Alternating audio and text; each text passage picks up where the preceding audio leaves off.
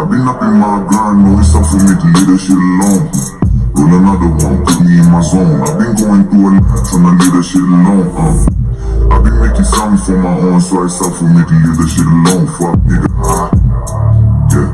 I be taking my time, though it's up for me to leave that shit alone. I've been up in my grind, no, it's up for me to leave that shit alone. Roll another one, put me in my zone. I've been going through a lot, trying to leave that shit alone. I've been making songs for my own, so it's up for me to leave that shit alone. Fuck nigga, Housing projects, police deep, we making trouble. Inside a bubble, this ain't weak streets. Gangsta roll up when you driving slow, but Malio do a drive-by with the windows up, driving slow. Smoke the Indo, infinite rhymes and potential. Simple, but I got a mental, picking up the pencil, thinking about jail cause it's black when you feel the pen. The villains win, in prison meals, a million. I lost a lot of friends to the beast and the rock bottom. Man, I never ever breathed, so I preach that I got problems. From the west to the east, the hood blocks got them. From the best to the least, I wish I'd not blossom. I stay a rose grown from the concrete, from the streets. Every time I spit a rhyme, it's a crime on these beats. I be taking my time, though it's up for me to leave that shit alone. I've been up in my grind, though it's up for me to leave that shit alone. Roll another one, put me in my zone. I've been going through a lot, trying to leave that shit alone. I've been making songs for my own, so it's up for me to leave that shit alone. Fuck nigga, yeah. I be taking my time, though it's up for me to leave that shit alone. I've been up in my grind, though it's up for me to leave that shit alone. Roll another one, put me in my zone. I've been going through a lot, trying to leave that shit alone. Welcome everybody. That was Outlaw. The album is Endorphins. You can stream it on all streaming platforms right now, man. Bad House is on fire, man. That is the song is Alone featuring King Kid.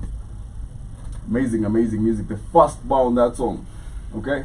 Keep your distance, just like you did when I needed your assistance. Anyway, welcome ladies and gentlemen to Tubonge, brought to you by yours truly, the one and only Catalyst, on the Black 05 Network, the media of the 21st century.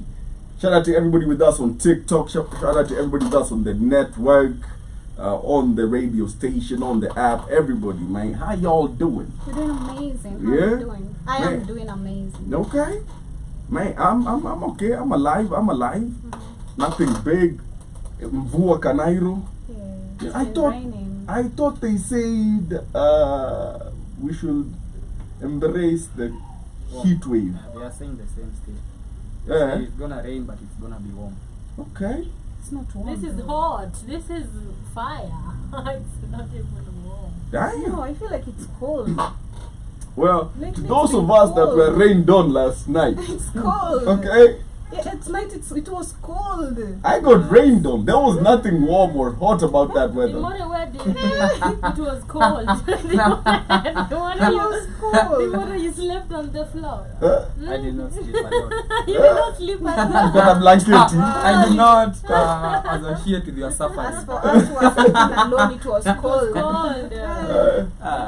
By their country late as well. Mimi nilikuwa na joto. Wow, mimi nimelala na baridi, nimeamka na baridi. You should actually make Baridi obey. Oh, I would love to say understand, but I don't. Yeah, welcome everybody. This is Tubonge, and we will be talking about a whole host of things, from the traffic jams that are bracing the city, or should we brace ourselves to traffic, billboards along major highways going haywire, and a whole lot more. But yeah, Shmani, how have you been? I'm Gucci. Yeah. How's your week so far? My week is good. Can't complain. Yeah. Can't just wait for the end of the week. Living for Friday. That is the most Kenyan thing ever. You know, I was saying Jana, sir, how it's alarming. Over the weekend, I was camlishing. Yeah. And well, it was fun. I was camlishing and I realized something. Man, Kenyans are outside. Like they live for the weekend, like to hell with Monday to Friday, the weekend. Yeah. Funny part, I don't go out, like I don't leave, like my Friday is just, don't wake up at 7, you know, don't wake up at early and come back late, like that is just it. It's not even about going outside, partying and doing that. Yeah. That's Yeah. me. I'm always outside on Friday and I I'm said working I on am- Saturday. I am not Kenyan. Personally, remove me on the queue of Kenyans Okay. because I'm not part of it. Why? You're not outside? I'm not participating in what you're participating. How are you outside? I'm just chilling. Outside. No, Outside. indoors. I told you. Okay. Yeah. Sisi tunakutaka outside. Aisee, We want you to be outside. We mnanitafuta want you to, moyoni, we want you to join the Kenyan fraternity. Aye. Yeah. Unavailable. Kuliona the Ugandans. The Kenyan question is kuna pombe in everything. Of course. Kuna mamdenge. Unaambia mtu let us go to an art gallery and kuna pombe. Let's go to church. Kuna pombe. Kuna tuende. Hadi mazishi. By the way, they carry alcohol to burial. Kwani are you doing that burial sober? How dare you? You must cry. Yeah. How am I You crying to sober? cry. You know, alcohol makes you emotional. Can you it's make easy to pick up emotions. Can we make like onion infused alcohol so that it's easier to cry and then we only sell it for funerals? You don't need onions. Yeah. Just drink. You'll cry. You don't need it for onions. You have one. We do not endorse we do not endorse certain Brands. things. Yeah. We do not endorse certain things. And just to Alcohol start, is bad. have you been though? I'm alive. Yeah? Well, I'm also alive. okay. News? What is new this week? At 7. Yeah, shout out to Baba Velma. Anasema Salmia wa super. What is up, man? Shout out to you, man. Thank you for liking the live. Double tap on that screen as well. He says Baba Karatina Velma, iko live. Karatina ni bad. Karatina ya wapi? I wish you knew what Karatina means in Kikuyu. What does it mean? Ask Not him. right. No, you tell us. Ask Is it him. radish? No, it's something bad. Karate. There's a finger in there. Ask Oh, him. chala. Ask him. Yeah, Just tell us. Someone being done on the battle. What? She gets it. Yeah, For real. yeah. Please gay. How did you get it? How did you get See it? finger. I am Samba, so I can connect the dots. Kara Itina is finger. and Itina, Yeah. they just coming I together. have mixed. Shout out to Baba Velma. Baba Velma, shout out to you for teaching the people a whole new way of looking at the name Karatina. In fact, if you want to say it's gay, say it's karate. Oh, by the way, so the new lingo in town. Karatina. That is Karatina. Yeah, when they play for the flag. Only Karatina.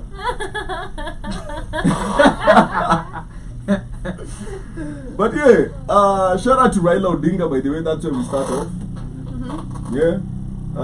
The Mashujaa Day 2025 will be held at the Raila Odinga Stadium. How many people do you know that have a stadium named after them? I mean, I was We- 2 days years old when I knew that Laza. What? Yeah, so the Mashujaa Day celebrations to be held at the Raila Odinga Stadium in Homa Bay County as per the president's announcement. You know, you guys, I'm embarrassed. Why? The Mashujaa Day is done. What? Why? Are you shocked? You're not- You know why I'm embarrassed? Why? Because When you are Homa Bay, twende mraa. I'm just so embarrassed because And you don't everything- know. everything I hear. I don't know how would I never It been was there launched for like years last and years. year. Never been there for years and years. Yeah. So- Then why are you identifying as a member? Because my mom lives there. Crazy. Man. Okay. Really? Homa Bay Okay. Stadium. Man, yeah, but The last time I left it, it was Homa Bay Stadium. I didn't know it was St. Nah, this is called Raila Odinga Stadium, Homa Bay. I mean, let the man have something at least named after him. The You've AU, literally oh. denied this man every chance of becoming a leader, a president. You want him to die old. Now he's going all the way to the AU, to vie for a seat. So stadium is enough. Yeah, We yeah. have to the stadium. I feel like that should Kuna be. hiyo. We should tunafaa tujenge hapo airstrip hapo next to the stadium karibu, not too close, and then itakuwa the home stadium ya Gor Mahia. There is Paint a strip. paint the stadium There green. is a strip, dude. A strip, an air strip, a strip. A strip what? Strip. Oh.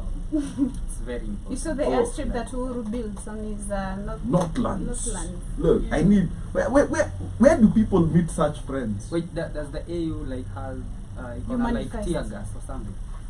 They want to At endorse I it. introduce. They will At I endorse introduce. They will Addis endorse. Ababa. They will endorse it. There must be tear gas or something. Apigwe If I tear gas. fail. Apigwe tear gas. Watu watatoka huko. Hadi Addis Ababa. Wallahi. Wallahi. I heard something yesterday. Apparently, African countries are sending their police to which other Haiti. country? Haiti.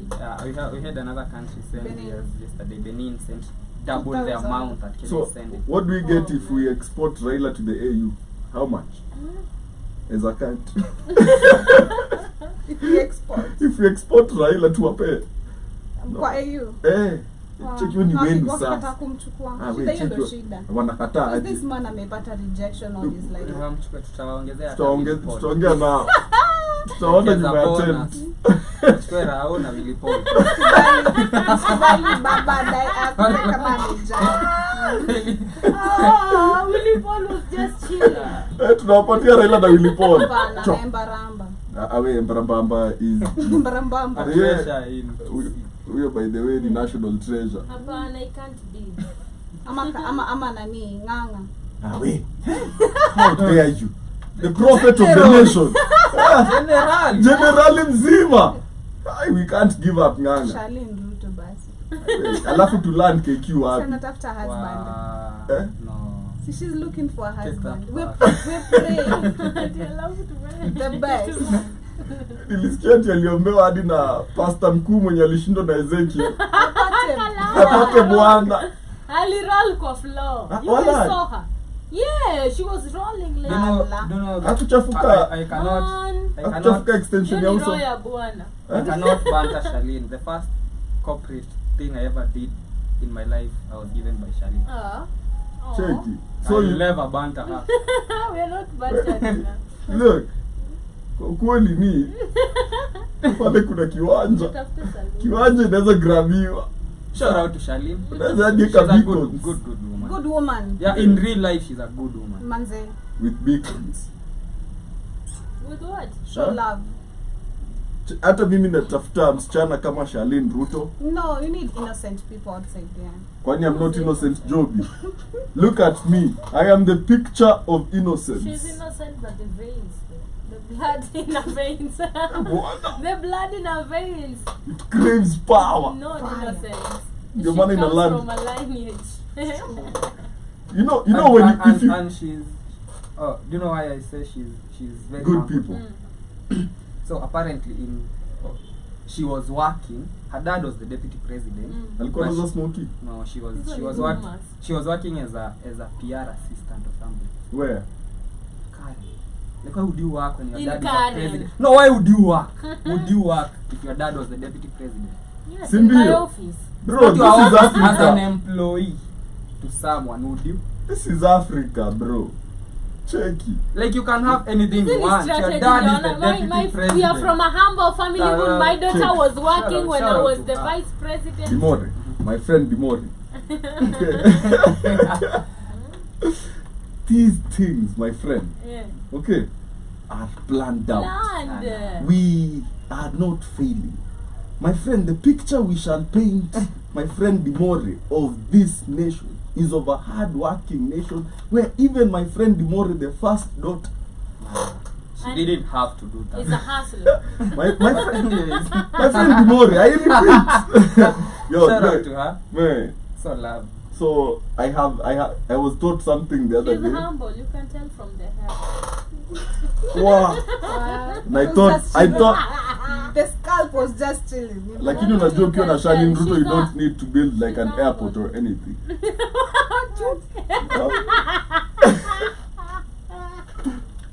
At Northlands for who? Ni mimi na Charlene.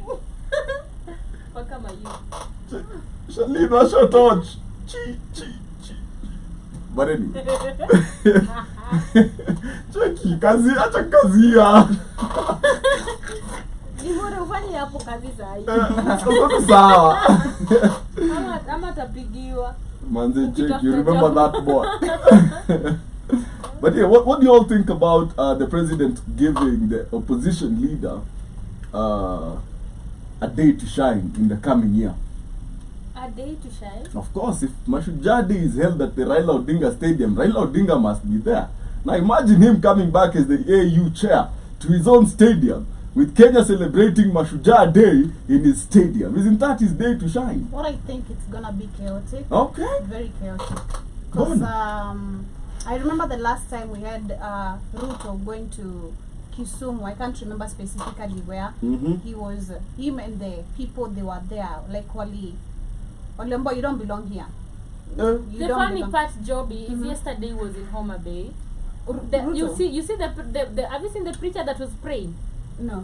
The preacher that is, I don't know if you guys have seen this preacher, the one that mwenye kona kizungu mingi. Shout out to No. him. You've seen him. They were in Homa Preacher wa Bay. kizunguzungu. You've seen him. Hapana. I'm gonna play for you that video, and that was Homa Bay, Mhm. and Ruto was there Mhm. next to the governor, Mhm. and it was all love. Mm-hmm. Yeah, Hugs. yeah, hugs, and But he the- was even speaking. but There's not there's disrespect and to- then there's what the people don't know. Kwa ground. Exactly, and there's where we have people who actually hold so much anger when it comes to politics and then tribalism Joby, differences. no disrespect to the Nyanza people, but they'll follow what you say. They'll If he follow walks up what- tomorrow Okay. and says we are going to hate Anyang' Nyong'o, We they are are gonna hating hate Anyang' him. Nyong'o. Yeah. Yeah. If he says we now love, they are Ababu like na that. Mwamba. They are like that. Mm-hmm. No And disrespect to them, but kuna but wale. This is it. This is a guy. This is Homa Bay, the same place you're talking about. So the president was there, and you can see if from the video later. Huh? Yeah, I wish you guys could understand the English. dwells in the heavenlies above. Hallowed be thy name Wait for the today English. and forevermore. It has behooved you to spare our lives, You. thus bringing us this far. We are gathered here for this conglomeration. Mm-hmm. We want to commit His Excellency Blah blah blah blah. But you see, they're praying for the president, Yeah. and this is the stadium. So, So love so now. if Raila says let's go like this, that is where they're gonna go. Miguna calls them political bimbos. I don't know. Loves calling them that. So if I call them cows. if also. all I see is that if Ruto is going to like really Oh. support Raila on this, then there is akutakuwa na makelele. Clashes. Yeah, because he's already started saying, and he gave a speech, by the way, yesterday. I was reporting on the speech. Baba. No, Oh, Ruto okay. there. Raila Yeah. wasn't there. Yeah. So Ruto had actually gone to say, I told you that we are one nation, and Preaching unity. Yeah, and I told you that if I win, we all win, and that is why we have to make sure that Raila goes to the all that blah blah blah blah. So we type have of thing. the Nairobi governor Sakaja coming out to say we have marching orders from the president to support Raila's candidature at the AU. You Yeah, can vote count ahead. on us. We will walk with you throughout Africa. If you need people to carry your bags, I am here. I will walk with you in Lagos, Cape Town, Kampala, and across the continent. That's some bullshit because That is the Nairobi governor. that's some bullshit. In a city that is failing, with failing infrastructure, failing in development, and failing in so many ways, this man is offering. I've just seen a tweet by Miguna Miguna Okay. that is dated 29th April 2023. Yes.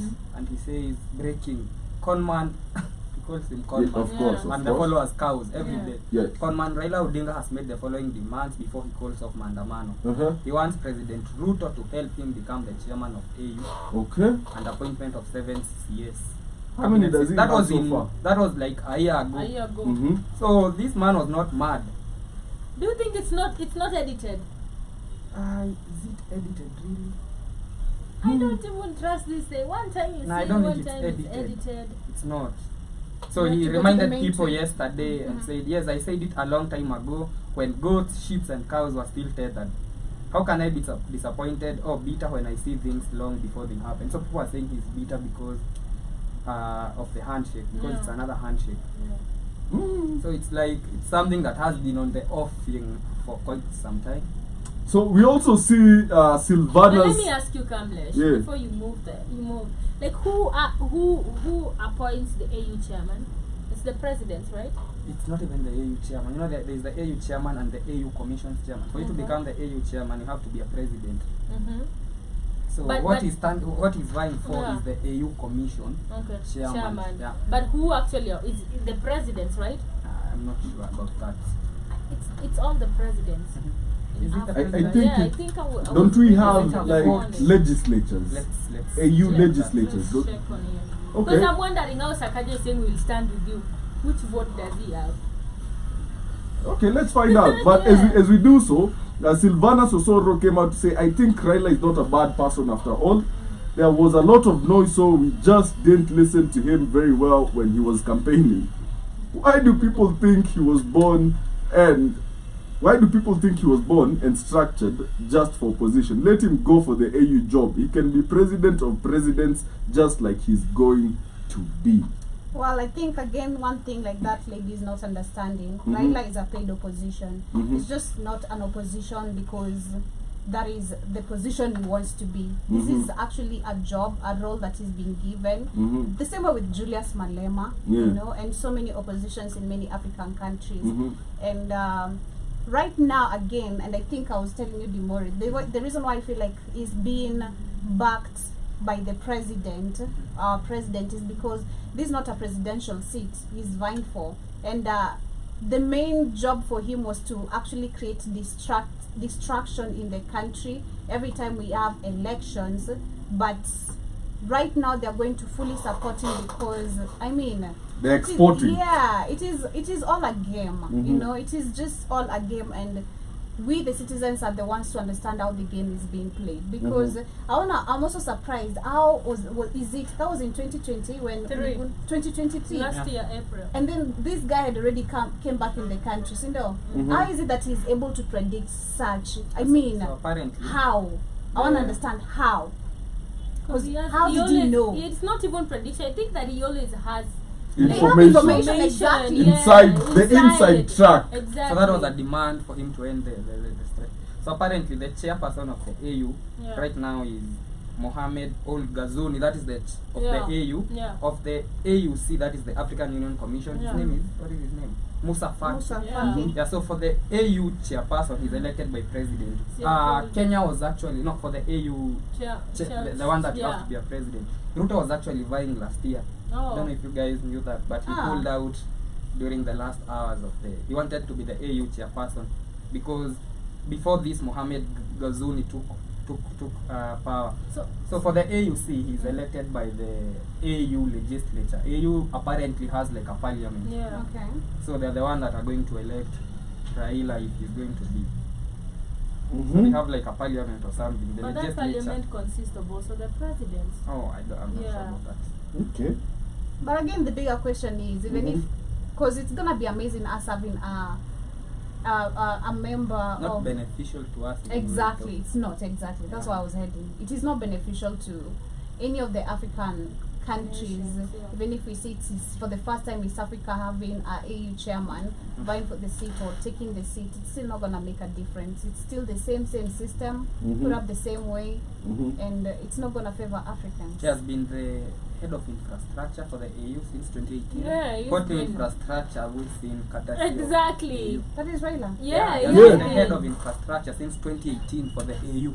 I'm thinking about this and I'm like, probably the reason as to why Ruto is actually maybe backing him up is Get him off. to get him off so that when he wants to vie for 2027 yeah. it's gonna be easy because Raila has that influence. Exactly. So weenda So it's a win-win for Ruto, it's a whether he win-win wins or or loses. If he loses, Ruto will be like, alijaribu Kenya akashindwa.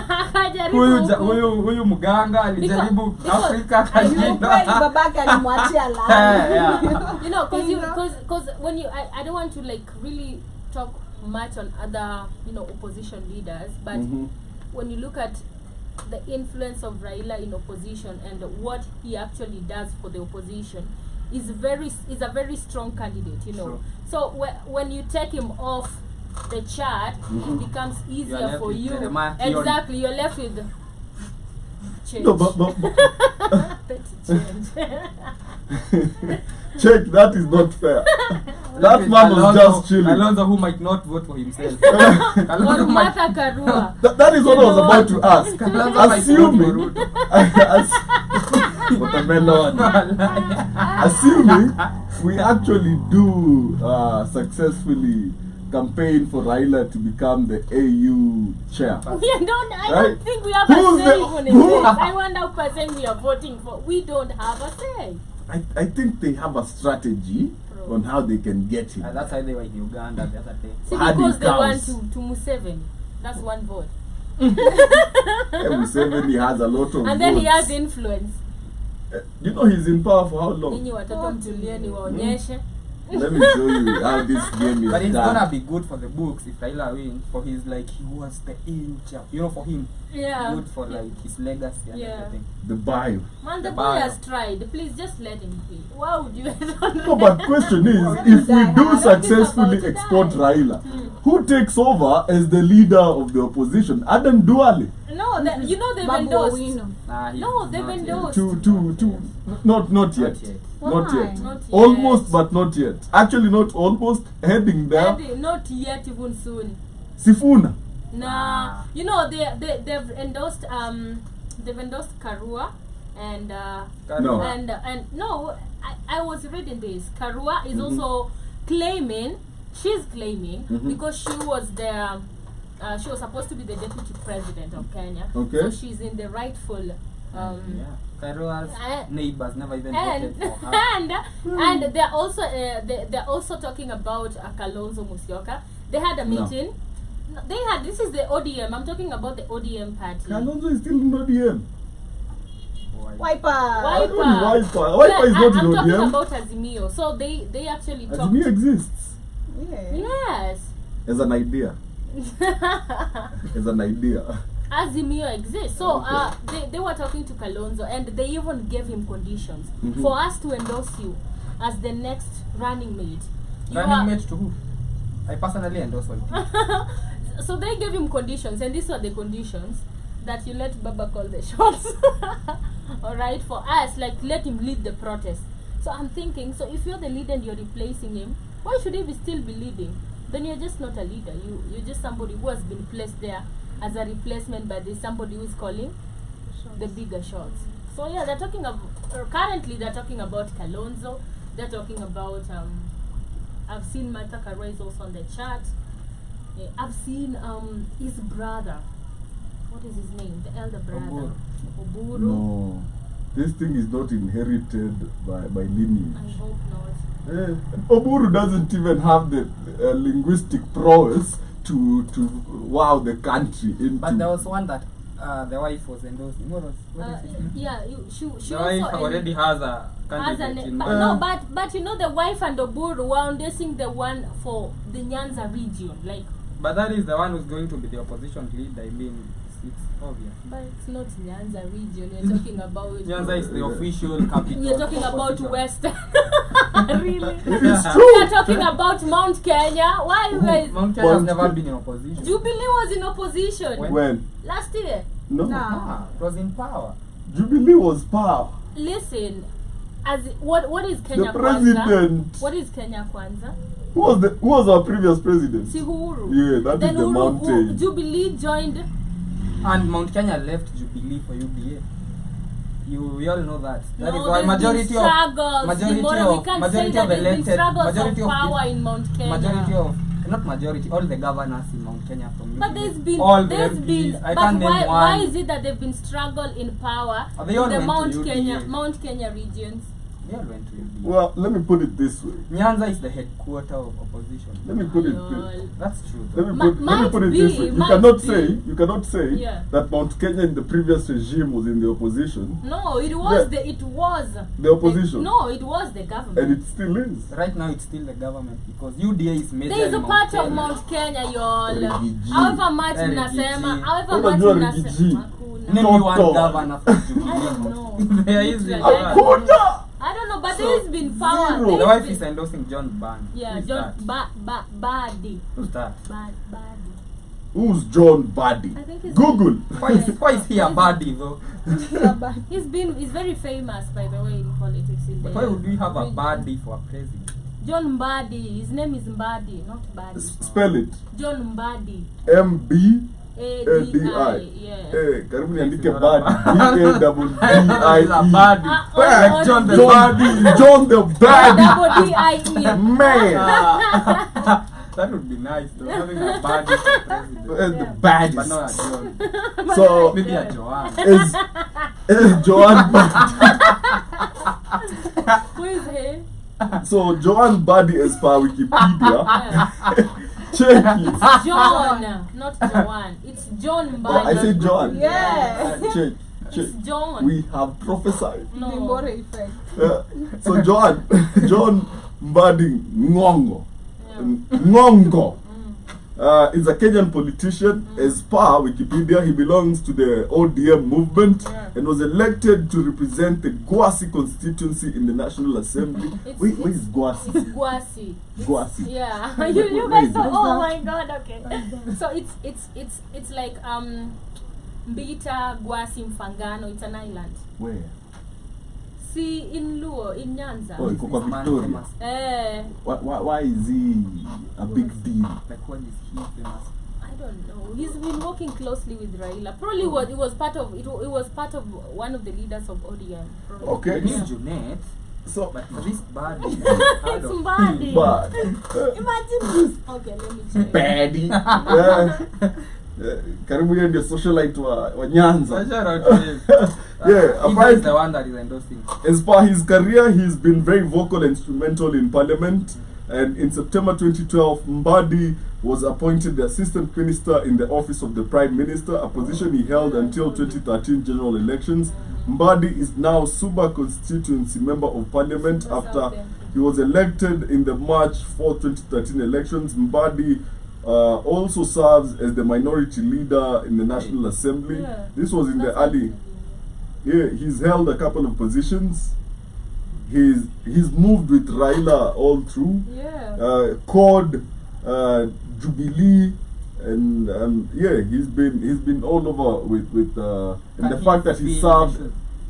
No. Not really Those till he shoes. failed, but if endorsed again. But again, it's crazy because Oburu is Raila's brother. He's endorsing somebody different. Raila's wife is endorsing somebody different, and they're from the same family. So it's like they still just also struggle in power of who's gonna lead the Nyanza region. Mimi, I tell you, if I was Ida, I'd take it. Lion woman. I think this is the end of the Nyanza Dynasty. King's speech. You wish. I think it is because whoever they're going to endorse, not everybody You know we will can- go behind them. you know For we can example, easily- Babu Owino will not go behind the body. We can easily say the same about Mount Mount Kenya, Kenya. yeah, we can. Yeah. Reggie goes, we have, you know. Actually, yesterday I saw a video. But you know, the Nyanza one was the one that was so dominant. I saw a video Yeah. of a certain group that is very Rift Valley centered on ditching Rigiji. In 2027. They did not state when, Okay. but there was kwa ground. Between you There is a ditching Rigiji campaign going. How do we successfully I'm actually seeing a Ruto Kalonzo Al- alliance. al- alliance? can happen with politics. It's crazy. It's a very interesting, but you know, the Mount Kenya block is a very large block to start playing around with. The voting power of Mount Kenya It's crazy. is crazy. Yeah. So you can't really discard Mount And they are Kenya. kind of united, if you ever noticed. That's why the whole of Kenya hates Mount Kenya. I bet to They vote as a disagree. block. They do. When I did bet they to not vote as a block? disagree. I want you to give me an year when Mount Kenya did not vote as a block, and we look at the statistics. So let me put it this way: which year has a person not from Mount Kenya vying for presidency? Never. So 2022. No, we did. The bishop was from. who was the president in 2022? Uhuru. Now, we are saying Vine. You said Vine. He was president. Exactly. So I'm saying they vote as a block No, because listen. Uh-huh. What I'm trying to show you is this: since we started taking elections seriously, and we start with air quotes, if you all get what I mean, we start with Mwai Kibaki. Before that, it was child's play. It's still child's play, but it was super 24-year-old child's play. shout out to him. Yeah. So, Mwai Kibaki, Mount Kenya, right? 10 years. Who comes after? Uhuru. Mount Kenya. 10 years. Right? So that is 2 decades of Mount Kenya. After Uhuru, Mount Kenya finds a way in again through. So my point was through Rigiji. So at no point has Mount Kenya been forced into A division. a division Yeah, point. it has never been. It votes as a block. If So they want to no, go against someone, reason is they go against someone as a block. they always have somebody to line up represents against. them. So Exactly. my question is, what would happen if there was no Mount Kenya? Representative. Can never happen. Well, Would you risk about how many million votes? 6 million? Would you risk that if you are vying? yeah. You wouldn't. I always stated this. And you know Mount Kenya is not just Kikuyu. It's the Meru, it's the So let- Embu, it's the... Can you be discerning kidogo? Right? You know, I don't understand what you guys are saying. Something that is disturbing. I'm like, you guys are saying the voting as a block, right? Mm. vote as a block. Okay. So does let me just ask so you. does That's Rift Nyanza. Valley. Okay, let me So ask does you. Nyanza. So Jubilee Eastern is not Jubilee is blocked. from Mount Mount Kenya, right? The leader of Jubilee is Uhuru. Uhuru Kenyatta. Last year, who did Uhuru Kenyatta back They in the went election? against Uhuru as a Raila. block. So I say they either go for you as a block or But he against backed you. them. And right They did now, not you back Uhuru. They no, didn't back Uhuru. They no, didn't back I'm him. saying They went against him Uhuru as a backed block. Uhuru backed them. But the problem is right now, unasikia they're crying. The people of Mount Kenya Oh. are the ones that are Don't crying. base your arguments on Twitter. Shman. I'm not talking about Twitter. I'm talking about politics. Like, Uh-huh. if you see leaders, even Rigiji, the other time he was in Mount Kenya region, Uh-huh. they were actually calling him out names, saying, when Uhuru was our president, back then we didn't have this kind of problems. At least he had us at heart. And right now, you're there representing us, but bado tunasuffer. Like, our issues as Mount Kenya region are not actually being taken care of the way Uhuru did. And he's telling them, you guys calm down, I'm going to do this, we still need time and stuff like that. So this is why I'm saying there has been, because ukiangalia hata Jubilee, mara sijui huyu ndiye anataka, mara umeondosa huyu. But Jubilee is not Mount Kenya though right now.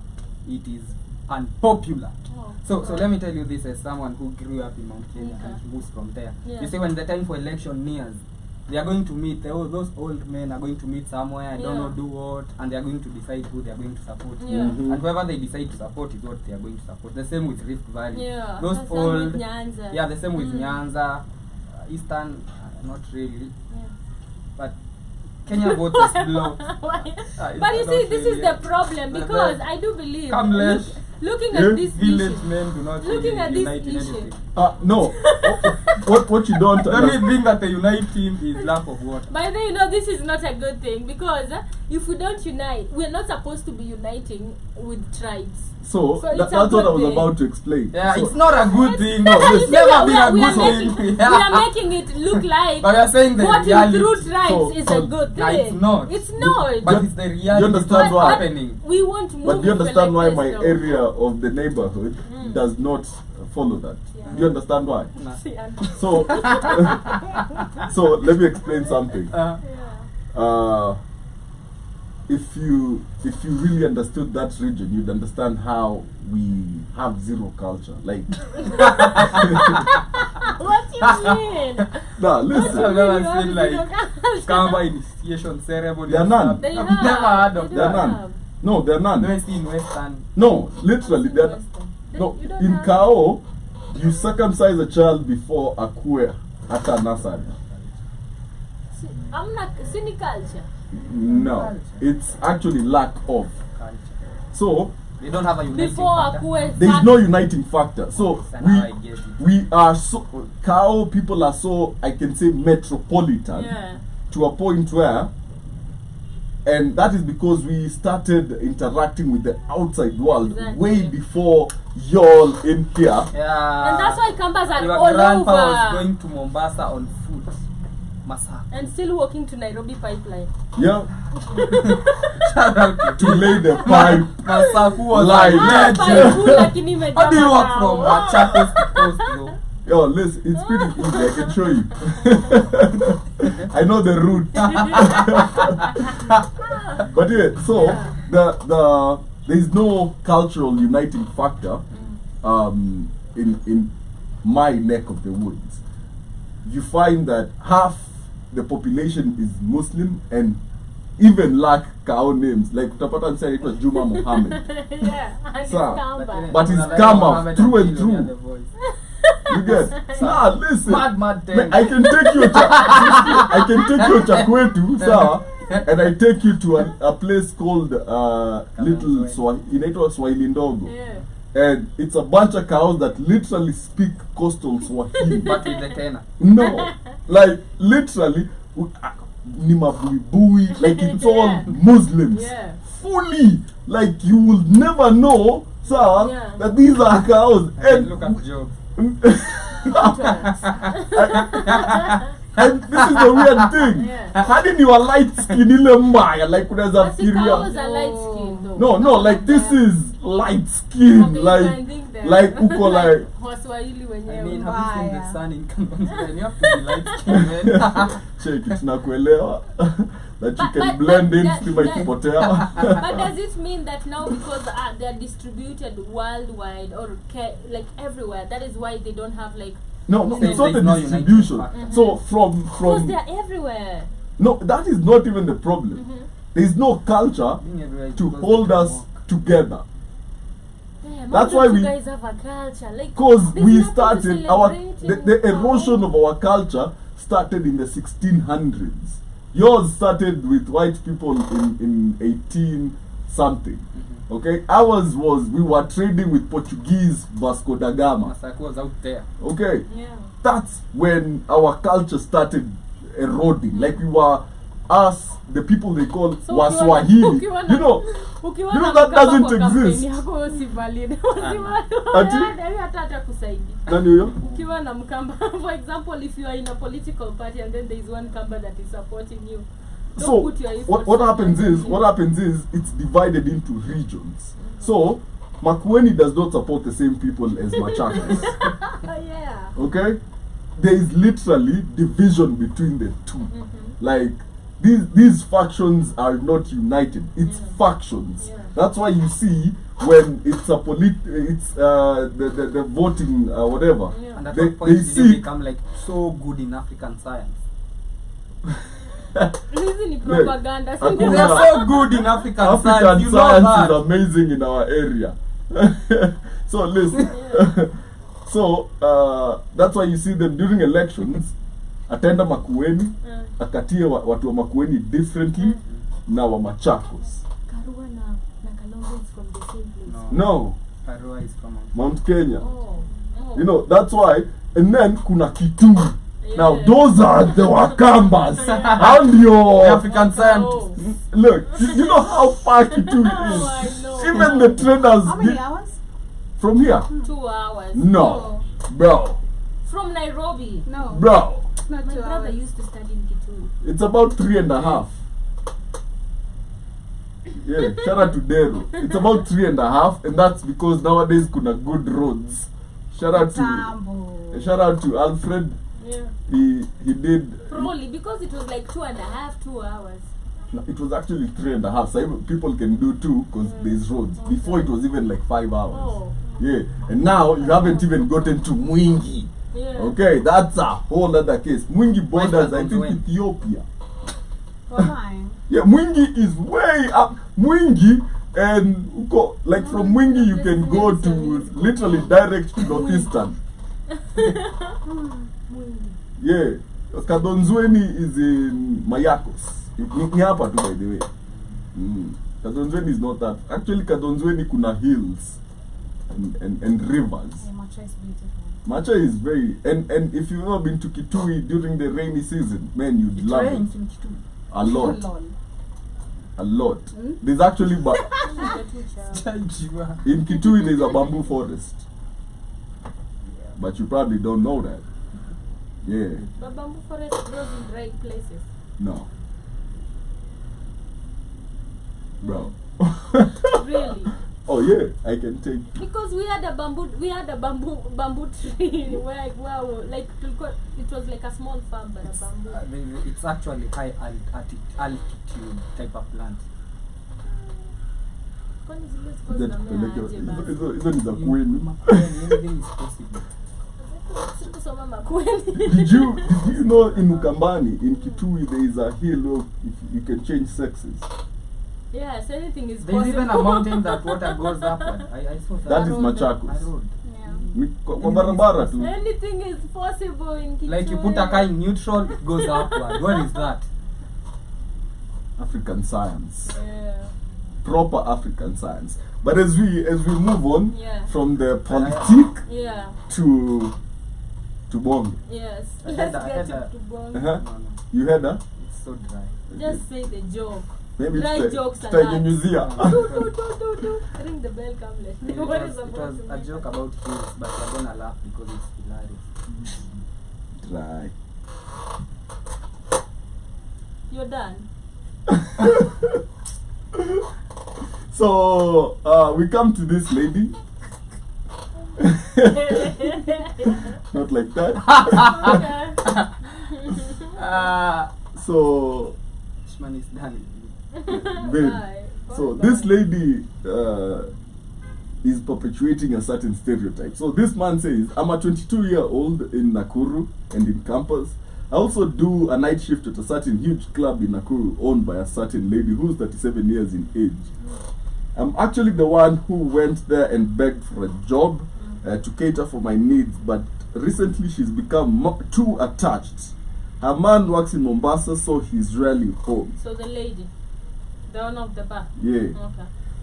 So she calls me at her place almost every weekend, pretending that I go help her with some stupid house chores. She has more than once attempted to give me alcohol, but I don't drink. She pleads with me to stay for long, cooks, and when I want to go, she always gives me something like 10,000, and even tells me to take off up to Tuesday to study. This Sunday, I was there. She was drunk and opened up, saying that she is infatuated and wants us to FUCK. Okay.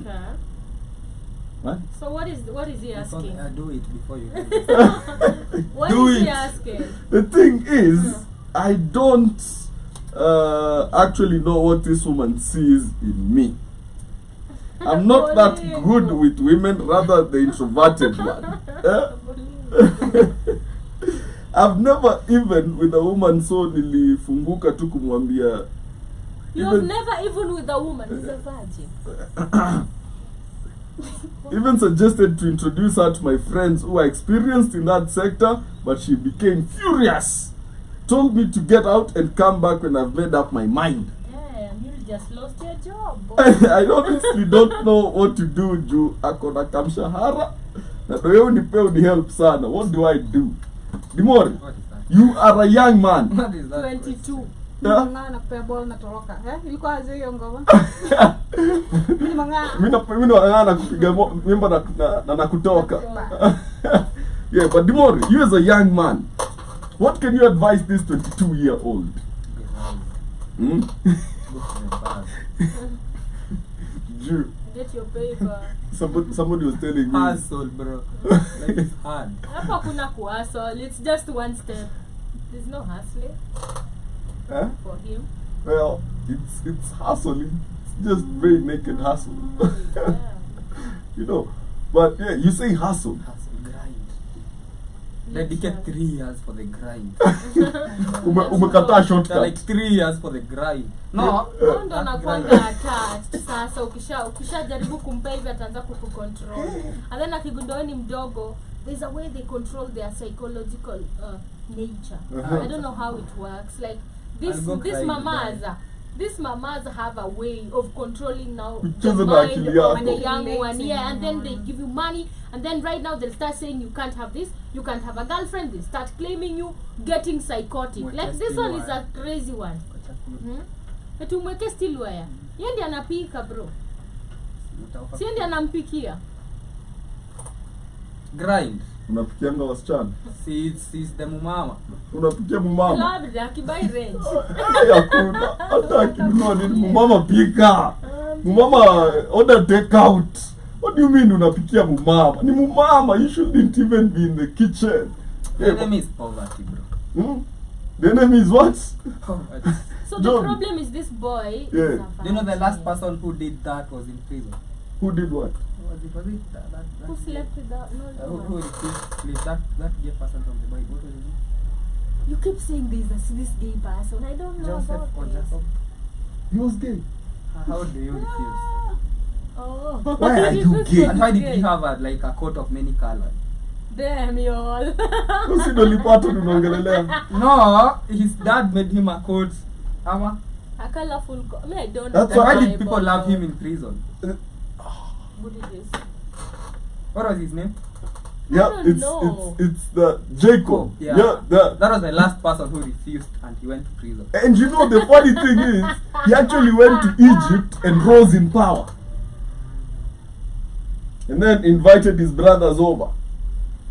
So it's a And man. the brothers hated him. Yes. Tried to kill him. It's not David. What do you mean, David? Wow, checky. David was hated by David was the king. See, you're talking about the boy that was sold by his brother. Yeah. The one with the coat. With the Of 12 many brothers. colours. Yeah. The rainbow coat. Huh? Damn y'all, he was gay. Yeah, alikuwa wa Alikataa. Alikataa mama mzee. Alipewa akapotea. Sasa alikuwa Alikuwa anataka Karatina. mdogo. Alikuwa anataka. And people loved him in prison. Because But he had anyway, good I know. characters. Hapana. The only way you're loved in prison is if you're sagging. Ukaa unagawa. Unagawa hiyo kitu mbaya. Unashutana hivi. Shout out to Yeah. Ako tu pale hivyo manze hadi. Oh my.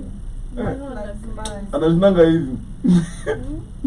But what is the young man supposed to do though? I've given him an example. Grind for Last 3 years. person who refused such an offer went to prison. Mhm. Do you want to go to prison? Oh, by the way, is it the Pharaoh's wife mwenye alimwambia kula hii kitu? Akaachwa na jacket. The coat of many colors. Hiyo He koti ran kabaki away. kashikwa na akatresiwa na koti. Manze. By the way, shout out to Lesson fashion. of the year, usiwahi wache kuti yako. Shout out to fashion. Nowadays naweza sema si yangu. Zinafanana. Zinafanana. That man was The whole nation knew ile ile koti koti yake. yake. It was crazy. You know, but the thing is, should we really send gay people to prison? Somebody was saying that. I saw somebody saying apparently He might after meet the akienda one. kwa koti, eti taking them to prison actually I think he was saying promotes It's like fulfilling their fetish. But I don't know, like homosexuality or something. he's fulfilled. He's now surrounded by men. Yeah. They should be So- sent to female prison. Nakwambia watageuka waanze kuwafinya. Watafinywa, watafinyana. So I saw this. How much you want to say you pretend to be gay?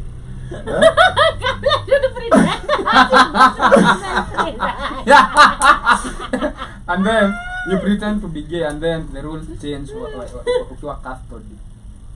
And now you are taken to committee. Now you are Bro, mbona naenda committee nipeleke Langata women? But I saw a story. There was this, I don't know if it was like a challenge or whatever, like one of the nastiest things you've ever done. It was on Instagram, I think. So this girl says, I don't know if I should call her a girl. So she says, I was doing this lesbian, and while she thought it was a strap-on, it was my actual dating. Yani unta. Apparently, Okay. she Unta ni boss. shemales. Yeah. oh. Yeah. Correct Swahili. Ponta. Wala, Yeah. Kiswahili is nasty. So, Have you ever seen? Yeah. no, I've never No, seen like that what? shit. uliona wapi? Where did you like- see it's Dimore? Open. You No, nasty. like, not in Safe real life. space, Yeah, safe not- space. It's Oh, okay. not in Ulionea real wapi? life. Web I was camera. doing some research. Yeah. Here, there. No, TMI. Hapa kule research. Yeah. Website. Kamlesh knows what I'm saying. No. Okay. What do you think I know? Kwani nilikuwa na wewe? I don't know. You know this thing. I don't know You have done anything. research. What have you yourself. guys been What do doing you together? No, That is the I'm question. sure I have How done does he research know? himself. What research? Do No, I look for like the- a for the researchful term man? paper. Alright, what did she say the shemale? So she's like, this girl thinks that yo, Mimi ni strap-on. Mimi, I'm giving her the real thing. Mbona hajaishikana? Hiyo ni uongo. Amefungwa macho. Nashangaa. Ah, Mbona it's- washikanagi? Ni darkness and you know. Hata and she's darkness like, mkono inatembea. Sisikie, let me finish, guy. Kwani ni story yangu? Money is used to that statement. Let me finish. Alright, but it doesn't make sense. 'Cause No, I'm so like, she's like, you dem sasa anashangaa kona bola aje ajui ni mimi nilimjenga hiyo kitu. They are fertile. I know they're not No. fertile. I no, thought so too. one is fertile. Of course, it's always one. You can't have both. Either this is fertile one. or this. So maybe probably the is the one that is fertile. I don't think it's ever two of them. Is it two of them? It's always one. No, it's What do you two. mean? It's either you have a female body but with a dick, Yeah. but you can't You have, can have both both. of them. Oh, They're yeah. like female body with Dicks. boobs and everything, but a dick. Bro, see, you know these The dick things. is fertile there. Is it? I don't know. I don't know. Check. But Like- you know these things, Dimore. Bana. I've done Do your research. research, Dimore, and let us know. Where? Where you Physically. always In the castle. Yeah, but I don't think there's anybody with like both of them. I don't know. The people in the Why comments. you didn't Ask see the- the ask woman? General nani Mosquito. Huh? si Ask walisema General ukweli, Mosquito. mbona humtani si wenye wako na mbili? Like a Ni body. akona boobs lakini ana nini You mbili. guys are lying. What? I said Let I'm me not do sure. I research. think. Let me do research. No, but How do you have both? Like how are they even placed?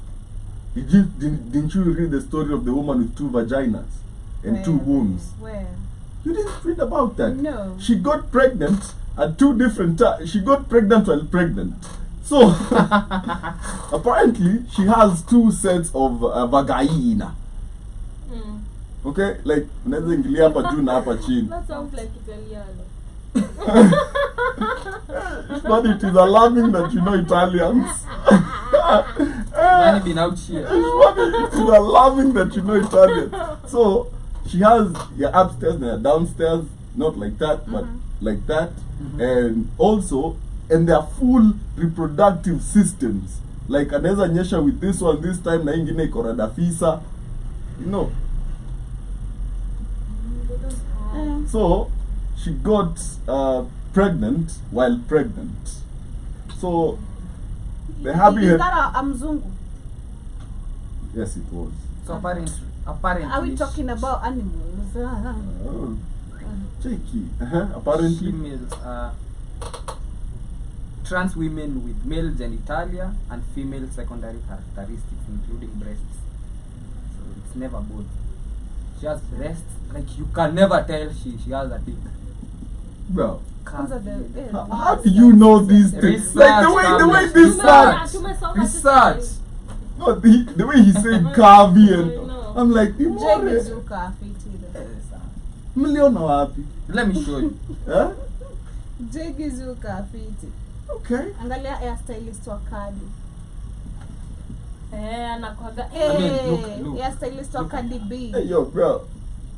Yaani ni broski hapo mzima. Huyo yuko kavi hata kidogo. Bana, mimi nangoja nione Kavi. Plastic though. Hers is plastic. Hata huyo akadibi. Anakwanga. But it's plastic. Na? Ndio na sound kama unaweza waambia si upulo. Lakini sauti jo. Ati. Sauti tu utasikia. Hello. Uko like shut up. Why you some have talking? Acha kuongea, maliza kazi. But I think they sharpen their voice nowadays. They wanna adapt. They go for Venye ameunga bro. Kama kuiva. Uoni angalia hapo chini tu. Pasi niambia kimefunga. Ameunga bro. Ude mamunga kukushinda. Imefanywa hivi. Bongo. Ameifunga kwa magwad. Inaenda kumit to the boss. Who are those people? Wanafaa kudate nani? Themselves. They date Each other. So there was this confession, this podcast. So if this one dates a lady, is that gay? Is that gay? You should ask him. No. No, Kinuthia has full functioning male genitalia. He just likes it from behind. So who But he should has a a trans booty. woman like date? He has A a man booty. or a Can woman? twerk. He has a booty though. So, look. Who should a trans woman date? A man or a woman? So let me give you guys a story. Okay. So this podcast I'm watching and Watching? Listening to or watching? No, I'm Researching. You're doing research. Listening, whatever. Yes. And this is a trans woman or whatever. She's trans. She's punta, and then she works in a club, or rather, she's in a club, and then she meets like a known rapper. All right. Didn't say the name. And then they like each other, buy each other drinks. Now she has a dick.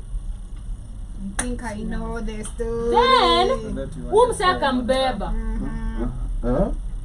A very big rapper. Yeah, akamchota Is he akaenda light naye. skinned? Nah. Akaenda naye home.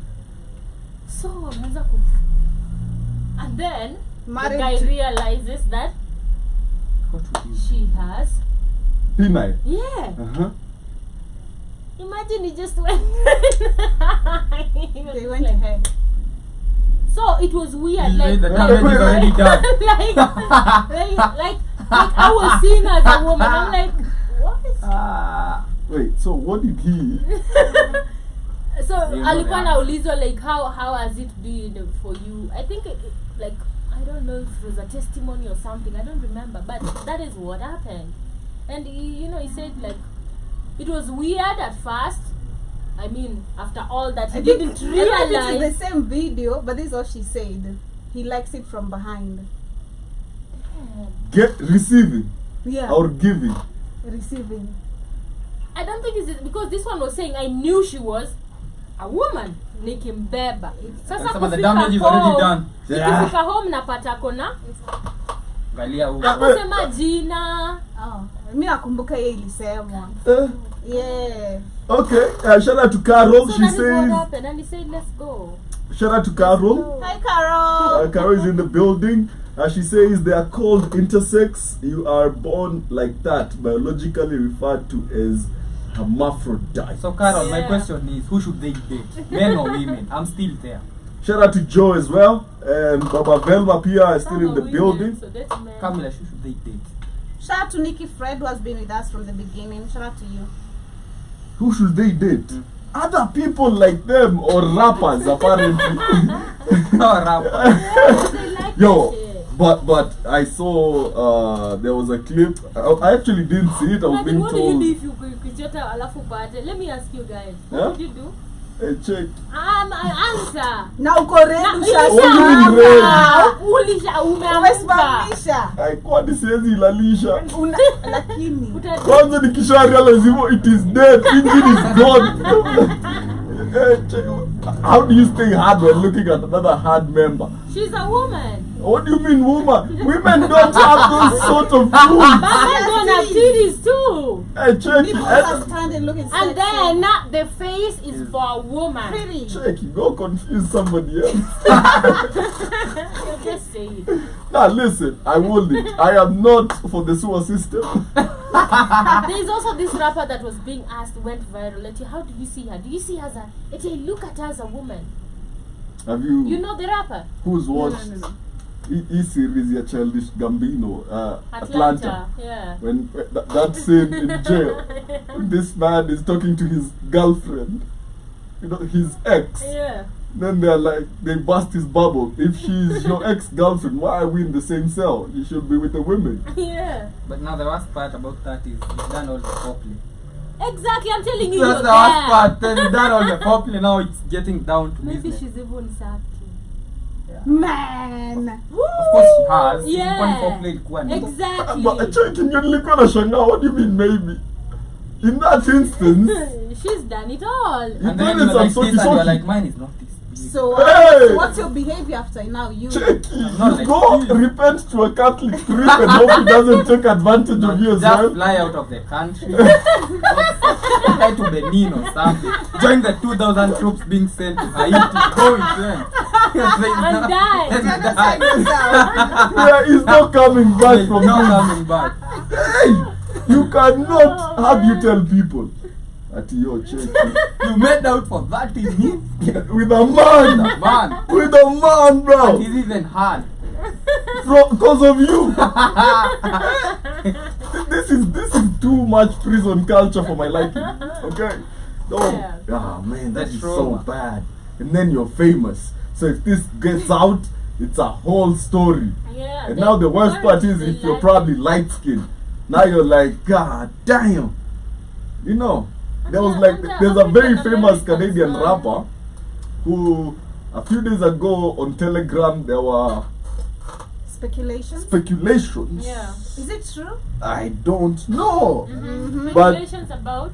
You see, in the modern world, deep fakes are very good. So a very, very, very big Canadian rapper, right? Yeah. That's Drake. I didn't say any names. Wait, check it. Who said what? But it's on social media, y'all. Why are you acting like it's not there? We're just talking about what is on social media. Yeah, but still. It's not from us. Yeah, but still. Okay. So a very big Canadian, very big Okay. Canadian rapper. There was a video that leaked Yeah. where he was playing with his tools. I love the video. You saw it? I saw the video. Do you think it's actually him? He said it's him. He said it. You guys didn't see when he says No, he I don't confirmed think and he said confirmed. he confirmed and said that's me. Like before. You guys didn't see, he confirmed it's him. Yeah. No, Where's let the me video? show you. Let me get it right. Where is He the confirmed. video? The video is on Telegram. Telegram. Ask people who have Who connections. says of Telegram? We shall be sending you links. Kindly. Hopefully the groups are not private and you can join and watch. Uncensored. But yeah, apart from that, But mi nasemanga ukishapatikana, of course the person who likes the person who mwenye anataka kukuharibia jina of course wants money or something, you just go the Boutros way. Unakubali tu na inasonga, like But it's not a big deal. you know, But they, what do they call it? The 48-hour rule. Like in 48 hours, people will be talking about something else. true. Just shut up. Whatever is trending right now, whatever Doesn't people are matter. talking about today, who's talking about Yeah, Joey I'm anymore? telling you, Drake pokes fun at alleged leaked video. The rumors are true.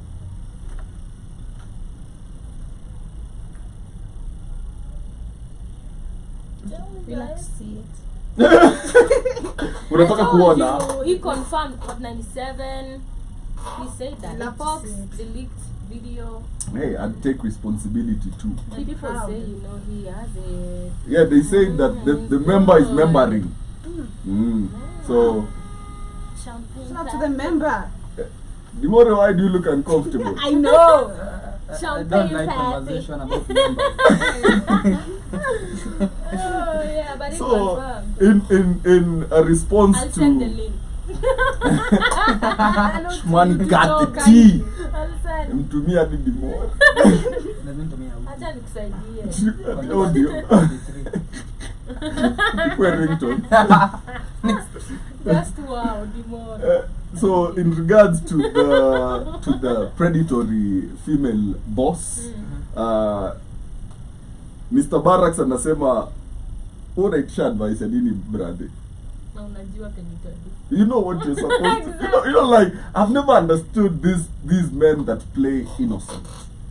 You know, like, so my boss is trying to make me nimpatie ripuda, lakini mimi sitaki, na mimi kama mtu ameokoka. Bro, you're making 25 bands. You begged to get this job actually. Yeah, Started by he the said statement I begged. begged. Exactly. Get back In on your life, knees. You've been given the chance to become slowly build up your life. But kumbukeni who boy hajaipeana. He's a virgin. He's a virgin. How are you 22 years old and a virgin? Hey. What is wrong with you? Create happiness. Ama ni sura mbaya. Amesema iti ame an introvert. We like the Self-esteem. Acha nikwambie, We introverts are like the freaks. introvert. Listen, We like the introvert. let me give this. Unakamua unanyonya mpaka We like the unamaliza vyote, nguvu zote. It's a threat. best friends in the worst way possible. Ushaambiwa nitakamua na Like, first and kunyonya. foremost, don't threaten me. Secondly, Yes. Let's Someone go. Let us revisit your statement. Oh, dear. Unanitishia jiwa vizuri. But mimi nimegunduanga one thing. Unaona wase wenye nasemaga mnisaidie, I want to make a choice. They've already made their Mbaya. mind. Hapo They ndani always kitu. know what they're gonna He's do. just confirming if what he did is wrong or right. Or rather, he knows he's gonna do it, but anajifanya ndio validation ndio kwa like but he's gonna do it. You know, but Hizi stories are help me, you already know, you already have, because hata si tukikwambia usiende wewe ndio na make choice. you know the thing. Peana hiyo kitu. Unanyimana ya nini? But the thing is, This is a- even if he's trying to validate his choices, we don't care.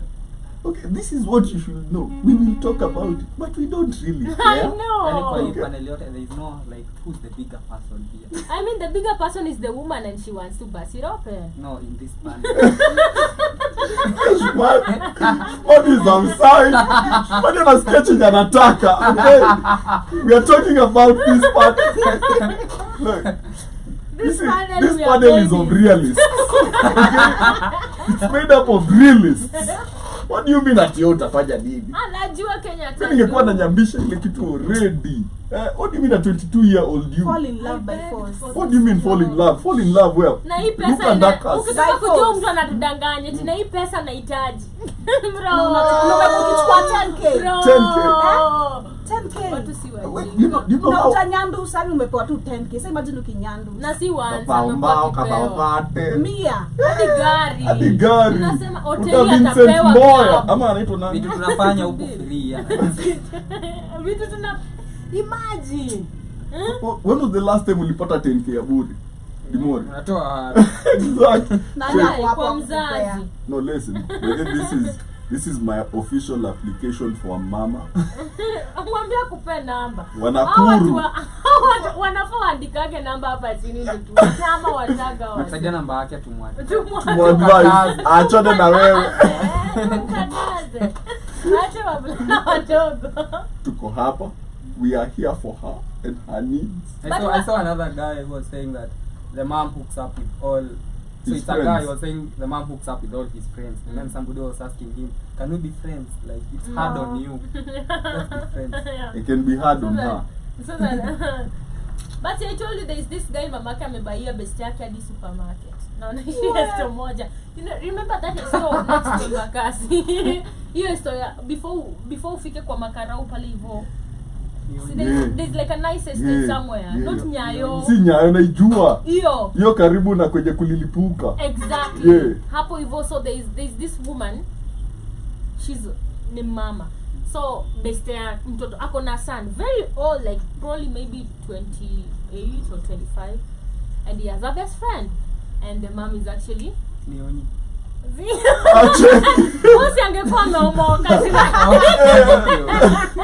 Shout out to Mr. Double O. hii ni Kisicha alikuwa ananikia. Hey, check it, DJ Kiss.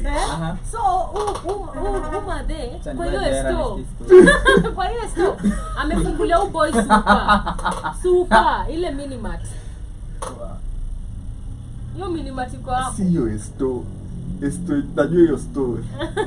Ni uko Simba. Si nasema Simba Villas. Si mimi nasema Simba Kienda Villas. 75. Si ndio, si hapo ndio nasema. Najua hiyo riba. You know. I actually najua mwenye shop. So that guy. Good dude. Good Na huo madhe ni mama ya best friend yake. But let me tell you, amenyoa nywele. Yo mama amenyoa nywele. Biza hapa. Let me tell Sabina Bana. Listen. Let me tell you, young men, watu wa kuogopa. I have found the equivalent of kebos and brayos wa wamama. Yeah. Wenye wamenyoa. Wamama wamenyoa. Hao wamenyoa hivi. Yes. Wa mohawk. Nikunyoa na pesa. Kunyoa basi. Pesa Ndio napata kama wamenyoa. Wamenyoa na. Sijawahi elewa wenye wamenyoa kuna doa aje. But apparently wenye wamenyoa na kwanga na pesa. Hana time ya kushuka. Waziwa kutuna And they are so. all They are rich. Yeah, they're just rich. So, hawa mama. Hawa mama. Wamenyoanga tu kuna doa. Na huminji. Na mnawajua. Nani anaitwa mama? Unajua huyo ni jirani yangu huko. Wa Samido. Wako na doa. Nakwambia. Na mni mohawk. Bedeni aje Karen. Nyamu. Walisema Samida has too much personality. Iko na kinyamo. Ati Woman. He has too much personality. every man has too much personality for one woman, Shmani. That is why, you know. I don't disagree. But apart from the absurdity of asking me if you should continue receiving more than 10,000, Mr. Blacks anasema ati ndio nashangaa mbona mboka ikijipa unahepa. Na kama una mboka unalia. Bwana. Mwingine anasema mwanaume ni kujiheshimu. Boss, play hard to get, ukae kwa kazi. Mwanaume yupi ni kujiheshimu? Huyo ni mwanamke. Mwanaume ni kuhustle. Mwanaume ni wale. Unaona huyo tu mwanaume ni kujiheshimu. Alafu kujoshikwe na mwanamke. Hata wanaume wakitafuta mabibi wanaangalia mwenye ako na heshima. Utaipata mwanaume anaje, I want a respect. What bro? Stop lying. Ameandika kwa blog. Msesha rusho kwa kategoria wa. Nateseka huko kwake. Watu wanahamia kwa 3 bedroom. Watu kwa single room. Mwanaume ni kujiheshimu. Jiheshimu kwa single room yako na unashare bafu. Hapo miaka 10. Songangi utoki. Kujiheshimu. Hata ukitafuta kazi bado naenda kusmile. Mimi niko sure wewe enda hapo.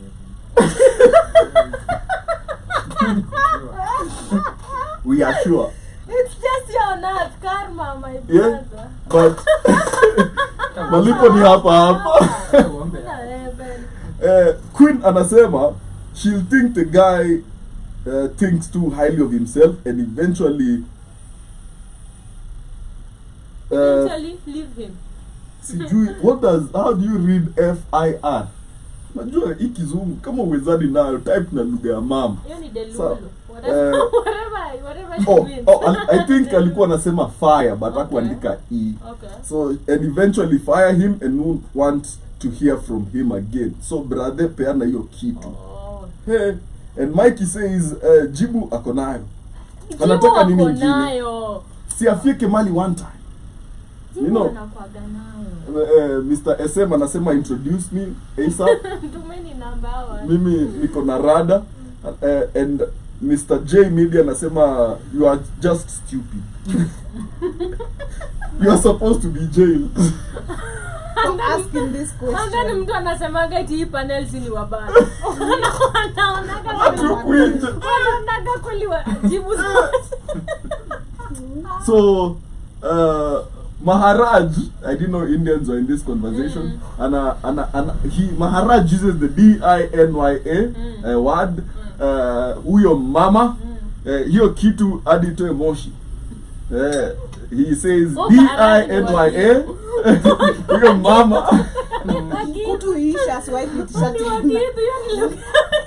Hiyo ni 4 hours straight. 3 hours non-stop. 3 hours non-stop. Hiyo kitu itoe moshi. But umetosheka hapa anaendelea. A friend of mine 30,090. A friend of mine once tried that trick. Look, ukitafuta mama usitafute mkamba. Non-stop. Utapelekwa mbio bro. You see this one? When they tell you nitakunyonya nikukamua. I mean it. They're not even joking. Yo. Kijana alipata mama mkamba. Mama alikuwa anaitaka like after every 3 minutes. Sasa kijana alikuwa alikonda. Umenipata ina mama mwenye tena. Anasema mama alikuwa na mioto mbaya. That's why wanaendianga vijana wadogo. Shout out to Nikki Fred, shout out to John Mosquito, shout out to Go, shout out to TK, shout out to DJ Lady Q. OG anasema mwanaume ni kujipenda. Yeah? Shout out to Peter Omondi. Kujipenda na kutafuta bro. Utajipenda hapa hivi uparahi. Unajipenda na hakuna mwenye atakusalimia, hiyo hai yako utabaki na uko kwako. Which love? Love without man. cheki. Kunyonga si self love. Mkono itakatika. Blisters. Blisters za kunyonga bro. Najipea mimi. Imagine. Sasa mkono inaanza kufura. Zai. Bro. So Diego anasema sometimes the risk is worth it. Unajifanya mzuri ndio nini ifanyike. After all utakufa tu. Nikakuliwa na mtu. After all bado utapeana na utapeana for free. So upeane for what? And then the grandmaster anasema don't sleep with her. Trust your instincts, not unless you are in love too. Hata kazi ikiisha, there will be other opportunities, my G. Where? Stay strong. What the opportunity? You begged. Remember, go back to your statement. You begged for that job. So you better secure the bag. Now dem anaitwa Wahoo anasema nimekupenda bure. So innocent and naive. Nikujie mimi. Watakumaliza sasa. Unaona huyo? Chiki sasa nimetafura tumifupa tumebaki alafu msana kuchemsha supu. Ndio huyu. Ndio huyo sasa. Una nyama. Ni tumifupa tu unaweka kwa Wambo anasema if it's a must, mwambie test kwanza. Usijipate kwa ugonjwa uelewi. That is the best advice. That is the best advice I've had from this entire. Kidogo tena itakuwa tena si story ya nini. Itakuwa tena makasuende tena. Akianza kunywa pombe hivi atajipa. Akubalia kunywa pombe. Ni pombe ndo shida. Ni pombe. Mama tomba yesa skasida. Guarana. Taskizi ni king. Kama Bailey. Kingfisha peane. Mwanaume ananunuliwa kingfisha. Si ya kunywa.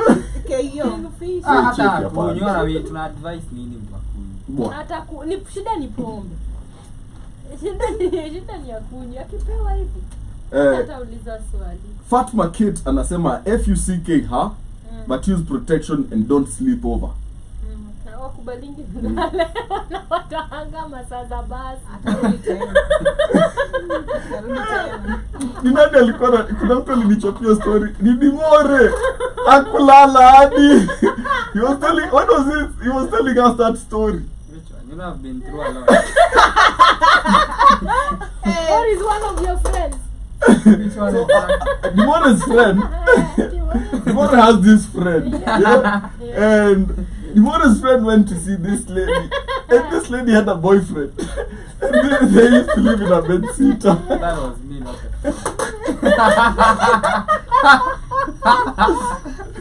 Mr. Dimore anaishi kwa bed sitter.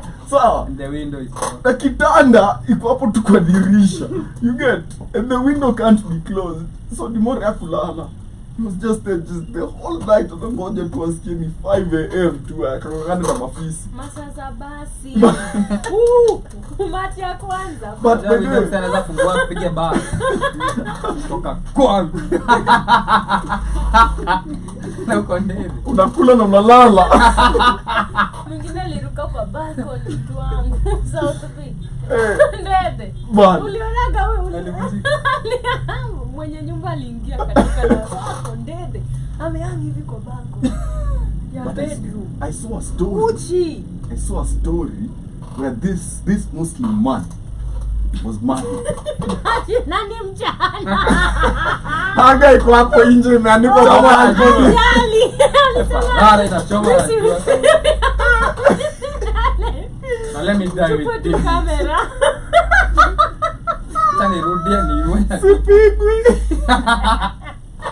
Maybe alikuwa soja. Kamera si uchungu. Wewe utaka hivi. Instead side. Check na. Akikwama. Wala patika wewe kwama. Hadi news ni nini zinaitwa? Yaani wakula wakamba. Mimi na wakamba. kama hujajengwa hiyo shughuli roho safi achana nayo. So I saw this story, right, where this Muslim man married with kids and everything, so he was to fly out of the country. So akiwa ameenda airport, coincidentally he forgot his passport, right? So coming back anaingia nasikia weird noises, goes to the bedroom, the wife is with her lesbian lover. Nice. So ticket ilienda hivyo. Hapana. Apparently aliwatandika wote. Not like that, as in violently. Like he was pissed that the wife was cheating. With a woman? Hiyo ni haram. Haram kwa Waislamu. Kula zote mbili alafu uende. Amina hata utapanda ndege ukifurahi. Manze like anaweza fanya hivyo. Ndio nizamo makofi. Mboko haram. No, I am done. Mboko haram. Hiyo ni mboko haram. God damn. Oh man.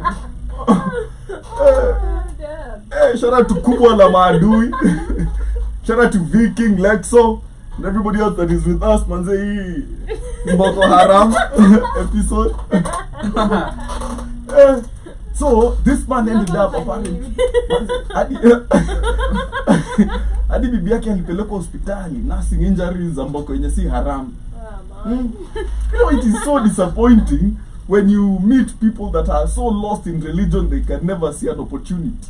Man. A naked opportunity. Imagine, just there. But what if the other girl was not that good looking, alikuwa anakaa mwanaume kivyake? Ndani ya bedi. Skimmers. Well, au ni Juniki kwa Belen Clava? Bandana. Au sijulikani. Get it. Let's check. Yo, look, but yeah, shout out to JK. But as we continue, Geoffrey is still with the FUCK statement. Anasema FUCK haa but si kwa nyumba yake. Make sure umenyonga kwanza ndio uende round kadhaa. Hiyo ni job huwezi cheza nayo. And Ken says, umesema club ni gani nikuje? And the boss Tumkataze. mwingine anajiita the boss anasema wewe ni mshenzi sana. Kula tu hiyo PUSSY, I nearly said the word. PUSSY pia inakushinda. You are very stupid man. And Patrick says na wewe acha bwana, kwani ukimnyandu utakufa. Kondiko ni beste yako na uache ufanya. Nataka akumbushwe yeye ni mwanaume.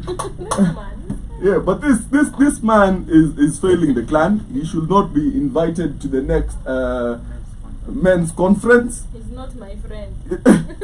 You would have advised him differently. But yeah, there's another one that has a conversation around Viagra. Before we read the story, what is your opinion around male performance enhancement methods? That's the new name. That's the enhancement. Anataka kuperform. Kwa site You've been out here doing this. Shout out to Kiptanui. Hey, that term is ambiguous. Yeah?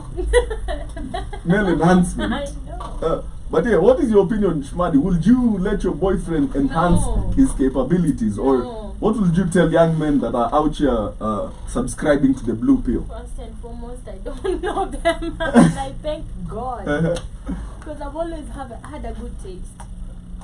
Never met. No advice. Okay. Yeah, kula tu mkombero. Gee. Nisaidie. Ati, the question is? What would you advise men? Who are using male Enhancement. performance enhancement Blue pills. pills. The blue pills. Achana naye. Kama hauna nguvu hauna. Nguvu za kiume tu hauna peke yake. Kula njugu. Achana naye. Dimori. You've been born like that. Dimori is very silent. You are born like Which that. is alarming. Just do honest work. She'll come on her way home. Nakwambia nguvu za kiume hauna. Cheza na position. She will come on her way home. She's still the whole the Kevin Hart joke. Ajida hapa ni nani alisema Ajidara nisiwa akikuja kwa saida. njia. Nisiwa saida. That time. Ajidara kwa njia. Serious business. Unajua ngoma? That time. Yeah. Jidare kwa njia. Kama hit and run. Jidare kwa njia. Chochwa. Auko. Kazi be good Don't with your stress like yourself with tafuta pesa and do honest work. Tajiri haambiwi Pesa. hada. By the way, that is true. so So ni tajiri bad. Unaambiwa hada na unafanya you are hardest like bro. no, but you understand why for wealthy men and rich men you're allowed to put in 2 minutes of honest work. It is very allowed. But you know she's Yeah, still but gonna cheat on you at the end of the day. So And my Oh, bank yeah. account will cheat on her too. blind me up with all the money, I'm gonna say yes, but once I'm on the dog, I'm not coming. I'm coming on my way You're home. coming home. On my way home. You're coming You home. passing. I'm passing by. I'm So- not joking. We unasema, so me and my guy always try each month we do something peculiar and wild. This month we settled on each of us taking Viagra. But I got some concerns. Like I'm just asking, if it lasts like 6 hours, see like it will hurt my kitty cat. Or hata iniue.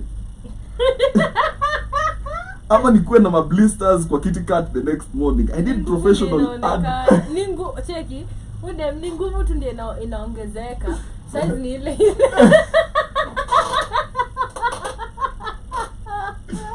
It does not grow It bigger. does not grow bigger. So then Tushazoea. kuna Kenya inakufanyia. Ni machinge weke kando. Na glucose.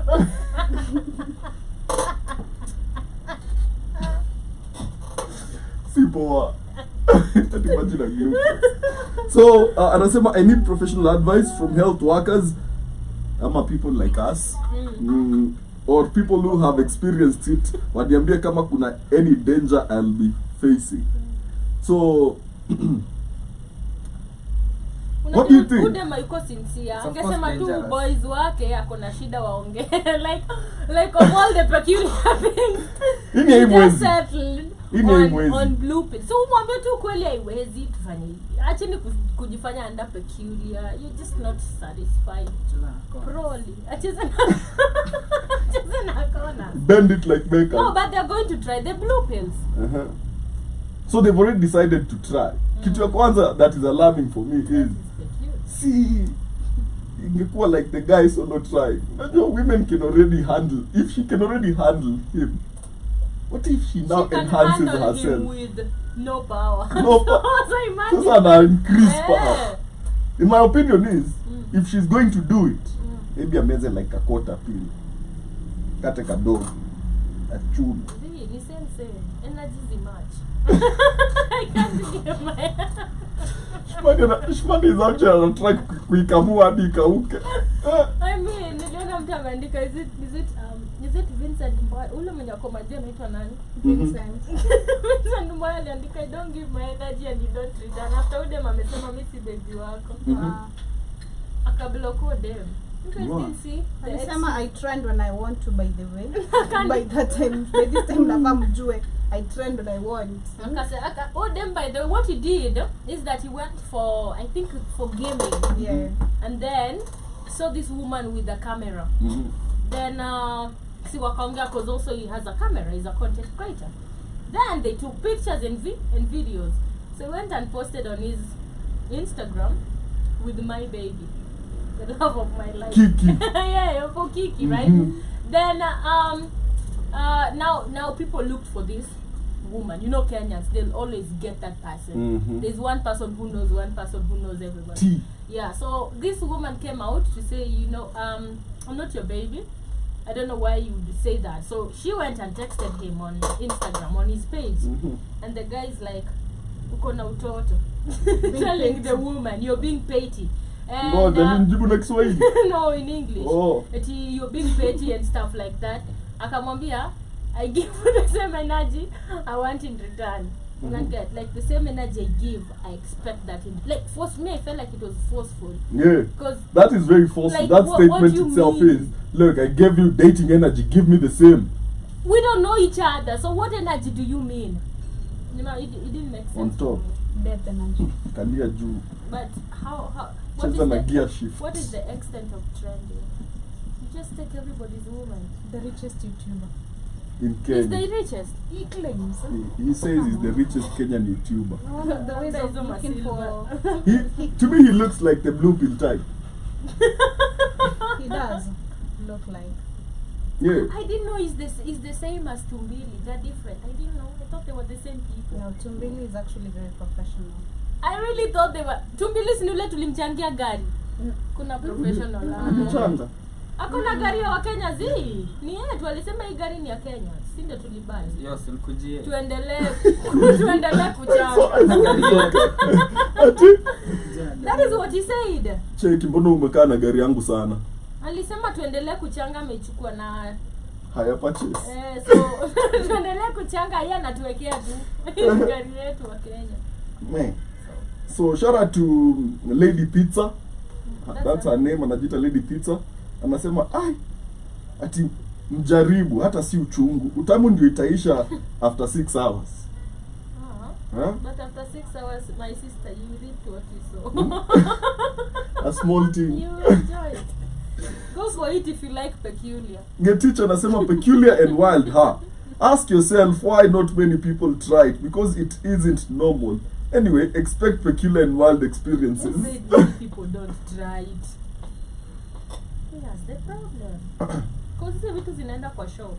People sell them alone. So, when I was a young warthog, I had a friend of mine that was very fond of these things. Did he die? No, not exactly. Okay. But it was haikuendelea vizuri. He actually had to seek medication. Maybe he overdosed. No, he overdid it, not overdosed, but he used it frequently. Lot of So times. what he'd say that they're told in the pharmacy, wakiendea, unaambiwa, as a young person, this is not good for you. That it will lower your natural, like you can't, where's the chuma? Like two evil, like you know when you're a young warthog, like damu ni moto.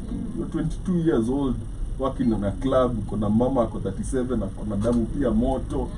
You're out here asking me for advice on how to handle the situation. But yeah, apparently he had to seek medical advice because he kind of used it too much, and at some point the equipment started failing, and he was below 25 at the time. It's the same time, I remember, in 2021, we had regular telling people to take the VSCCINE for COVID-19, that it's going to increase the... Lipunda. Yeah. I don't know how many people, went through the trap, but shout out to you if you did. Okay. Yeah. So, Mr. Network anasema sildenafil and related meds were meant for old people with erectile dysfunction. And then, akasema pia, if your sex capacity is not like this, hii mwiko yako itavunjika. Wachana na mkombero and the likes. I mean, I advise you to go for... Mkombero is very natural. By the way, mkombero na kanjugu works wonders. Try it. I advocate for mkombero. Not like that. But here, Mr. Kriki anasema acha akudrill, then aseme wewe ni bohol, aende mwenye ni tight. Saizi inakuanga tu fala. I love you my nyofs. Miss V anasema mimi I just admire your relationship, each and every month something crazy. This is just right on so many levels. Mbavu yangu iko wapi? Wambo anasema ati huyo mnyama anaitwa nani? Watu waache miadarati za mjulus. Then Pinches says wacha to focus na vitu muhimu kama baba kwenda AU tafadhali. Na Rafael anasema tafadhali mkimaliza kujaribu mtuambie hata sisi tujaribu pia. And Mr. D, what? Naitwa Mr. D. Anapata inbox kweli. Anasema utakuliwa mkulo moja na uachwe. And where are you guys ending up, by the way? So, by the way, People are bitter. Let people exploit young. my advice is, kama unajua when you enhance certain things, fanya hivyo na mtu hata atakuwa bwana. Unaweza finywe leo kweli bwana. Finywe. Ubaki simo. Na udema akimkamua hadi kijana akuwe na trauma sasa for sex and stuff. No, we always look at it from like dem atanyanyaswa. Na kijana akinyanyaswa. No, but think hapa hivi. Don't just get addicted. Yeah. One time. One time. Kama ni cha once peculiar. Your peculiar is equally consecutive peculiars. But yeah, shout out to Mr. Tycoon.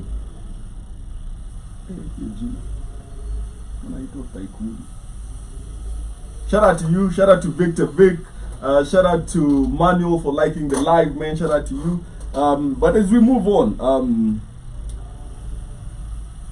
there's this other one. How do you deal na sis anashinda akikuomba pesa kila wiki? She's married na mimi the only amount I can get end month ni 6k. Juu nafanya job ya hao. Again, nimechoka na simu zake. Hata 5 AM ndio umeamka kutayarisha watoi wa boss, yeye ndio hiyo na masimu ananiomba pesa. What do I do? What would you advise this young lady? Personally, if you know that you're not able to manage kupeana, never feel guilty of saying no. You work for the money. Unajua, I literally see this as black tax because sisaka ko married. Anaona wewe kazi unafanya is more unajua, wewe uende utafute na hiyo ndogo yuko nayo. She demands because anakukall, usikia na mcall asubuhi hata before afanye kitu. And of course when they start asking, awambangi na nisaidie, because kama nikusaidia once in a while. You kitu ya kukupea all the time, that is like you are actually demanding, and I'm all I do is work for you na nikutumie pesa. I can't be making 6,000 a month na unanipigaga kila asubuhi as if I have money. So at the end of the day, 13 bob. Cheki, mwambie unajua hata pesa.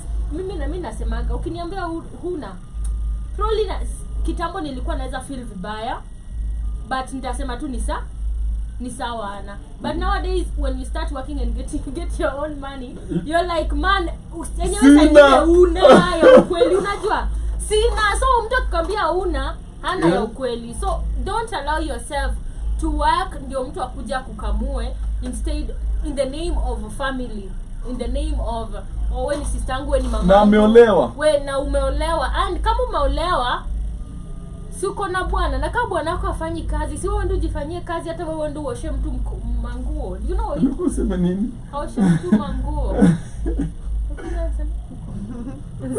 Oh my God. Aoshe mtu manguo afanye kazi, unaelewa? Sielewi because I had an aunt. Yeah. This aunt of mine married my uncle married her as a second wife. Yeah. So my uncle alikuwa amedivorce his wife at an early stage with them. I think they have 3 kids. Yeah. So wakiachana, now the first wife moved to her own place. Uncle married this woman with a boy, with a kid, right? So this aunt of mine alitafuta do. Alitafuta ball nyumba. For a long time. Ni kama she only had 1 egg. But alikuwa na mtoi. I don't know, 1 fertile egg. Alitanga tu moja. Literally alikuwa tuna mtoi moja because aliolewa na nkangu for almost 10-15 years. Aku manage. Ama kaa ku manage, mimi sikuwa tumuona na mtoi. So nilikuwa nasikiaga she just had 1. Yeah. So what happened is huyo uncle yangu alikuwa anaendaga job asubuhi. Mother anakaa home, si ndio? Ankangu sasa ni I think is manipulative or like ataki udema work. Sasa namwambia asitoke nje nyumba.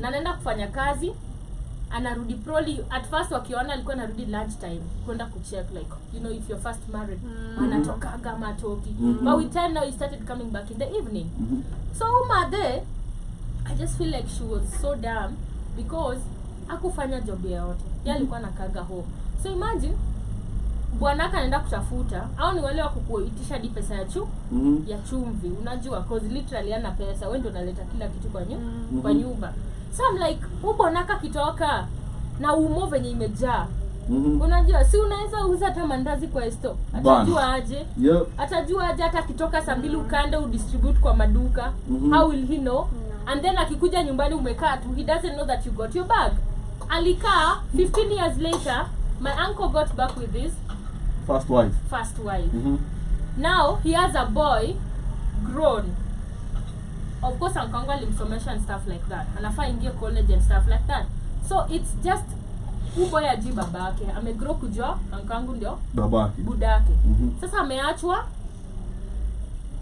hapa waste 15 years of her life of course right now she's not working she can't work cause probably ya kusoma amezeeka like probably she's in her 40s anaingia 50 so hata kazi yenye utafanya hakuna kitu legit utafanya kuna bwana and then unajua uko iza na nko yangu so he's not gonna claim you and then akuwai kukoa traditionally like kukupeleka siji wapi dowry payment and stuff like that so in short I'm just saying acha kufanya eti unakaaga ujitafuti unaelewa hii ndio utafanya sasa imagine angekuwa anajitafutia saizi hata mtoto wake atungekuwa na issue ya eti nani atapeleka ushule nani atafanya nini unajua because the boy is now grown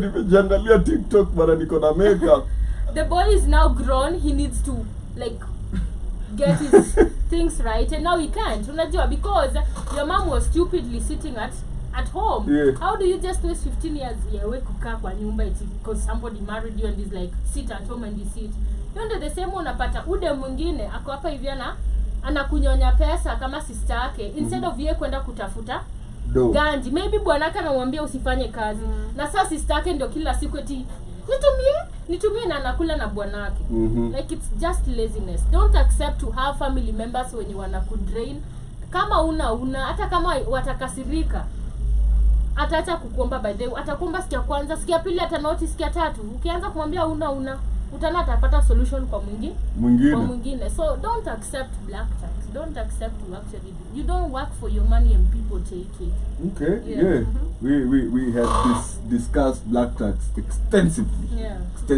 John so as we move on to another question which will be probably our last of the day because we have 13 minutes actually so this one is very juicy I had to so this man I'll say boy this boy says so I'm a guy in my early 20s that be a student Meru University so it happened that nilipatana na huyu dem I don't know why he stated tribe but akasema dem ni Mkikuyu na mimi ni Mjaka right so we met through a friend we fell in love last year time wali join Campo so venye watu wakienda holiday ya deck she told me she needed a break from the relationship si ati mara anataka mse wa tribe yake mara ati atupendani and we haven't even had sex okay she's still a virgin I was just patient all this time I didn't pressure her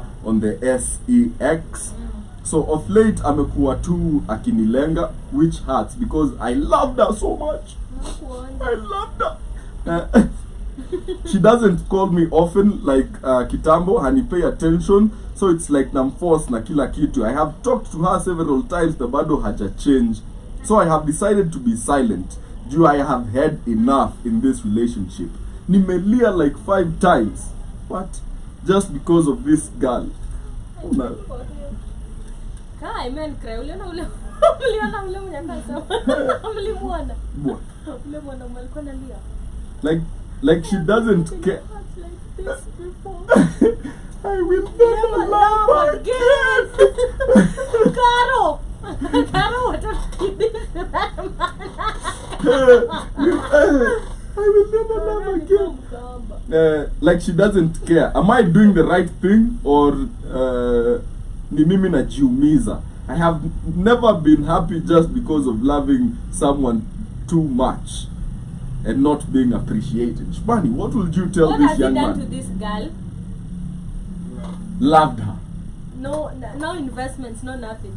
Wako ako tadia, dem ako first year. Oh, campus love. Oh. Oh. You're not going anywhere. Number 1. And number 2, how do you know she's a virgin? You never tried. That I was just, patient. Probably anapeana huko kwingine ameshajua utamu. Huko hapa bado namsumbua eti na mapenzi. Unanyonga. Nini hiyo? Ai. Huyu ako delulu nini? Ni Vincent nini? Huyu ako delulu. Mboy. Eti I'm crying eti I've never loved. What have you never? He's You're just in third year. He's You've cried not like 5 personally times. Love. What do you mean? Amelia mara 5. Wait for the 30th. You won't cry. You won't cry. Yeah. No. This is just no. We are trying to be cordial with this young man. No cordial here. Yeah. Try somewhere else. No way. Hapana, alie na atoke. Atatafuta tu mwingine hapo kando. So Mimi niko tadia. Na kuna mafresha shule. Imagine. Na unalilia mmoja. I've never tried. I will never love again. I can't oversee the picture. I can't unsee the picture, I swear. Yeah? That guy was crying like makamasi, like Unajua mapenzi. Hapo unasikianga mapenzi. I've cried 5 times. Enda Baesa. Enda Baesa ulie huko siku 2 na uache utoke hapo. Ama ujoin CU unaonanga wana join CU. Enda tu CU za shule zinakwanga zimeshika. Utapata bibi hapo. Ukweli. As a young man, kuna time Usisema ulienda kanisa hadi ya msichana. Hapana. It is way worse. Sikie. Hata mimi nilipeleka kanisa na Kwenda church juu ya boss. Tuonane tu, yani mimi nimuone. Nilienda kanisa na hangi. Mwenye aliguza hivi alikuwa na manywele ndani. Wewe? Kwa Bible. Sijui. The one who pretended to be the brother to the and That one. I acted like. Esau alijuta. Yeah, I was Esau for God. Bro. Ulipewa? Wanakuanga stingy. Ilikuwa chachi yao. Ya babake. Mtoto wa pasta. Until I get My father married. told me. Mimi nimeenda kanisa na hangi. Sababu ya msichana. Ukachoma. Hapana. Ushika tu hapo tu navumilia tu. Kiasi kinakupiganisha. Wezi ma glasses. Unajua guys ndio wezi ma. Kama choka moja tu kako. Maybe ingekuwa CU. Ndoza hapa ndani. Wezi msichana ni peng lakini ni kanisa oriented. Huko pale mbele. Niko sure alishapewa mimba. Emily. Aliwa ulipewa. Ndimore. So but this one is not. Yes, you. Alitoka na haki. Yes, you. Na Yangu ya CU ni worse. Hakika. Much appreciated brother. Much love. Ninakaa kitu anaweza sema. Much love. Oh, thanks. Thanks. after nimekram hizo line zote za Thanks. Na bro nilienda 1 week yote. Hadi ukaenda rehearsal. Hadi akaenda rehearsal. but I was young and stupid. Thank God you You are a young black king. Yeah. But yeah, so yangu ya CU is way worse. So nilikuwa fresher. Nilibleki nje ya base ya CU nikabebwa na wase wa CU hadi kwa room yangu. Wallahi ni ule spirit. Waliniombea bwana.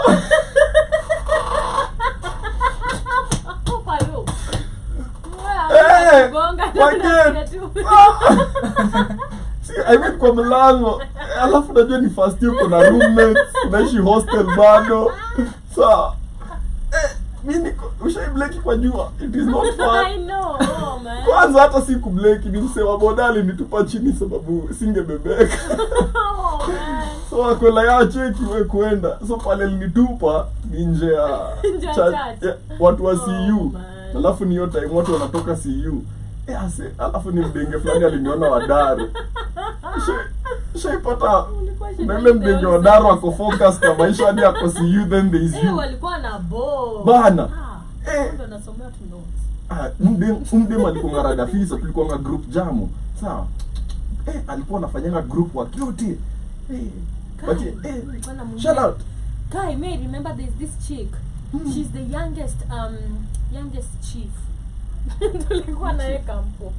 Alienda kakua chief. Imagine 22 ashakuwa chief. 22. Why? The youngest chief Nax. Kai, lakini tulikuwa na yeye. Tulikuwa na alikuwa na bo. Unaweza kuona peng chief. Kai, shout out to her, but she was so bright.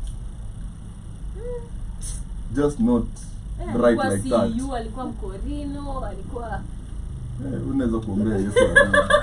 Alikuwa anapeana notes and she was just. But shout out to all those group people.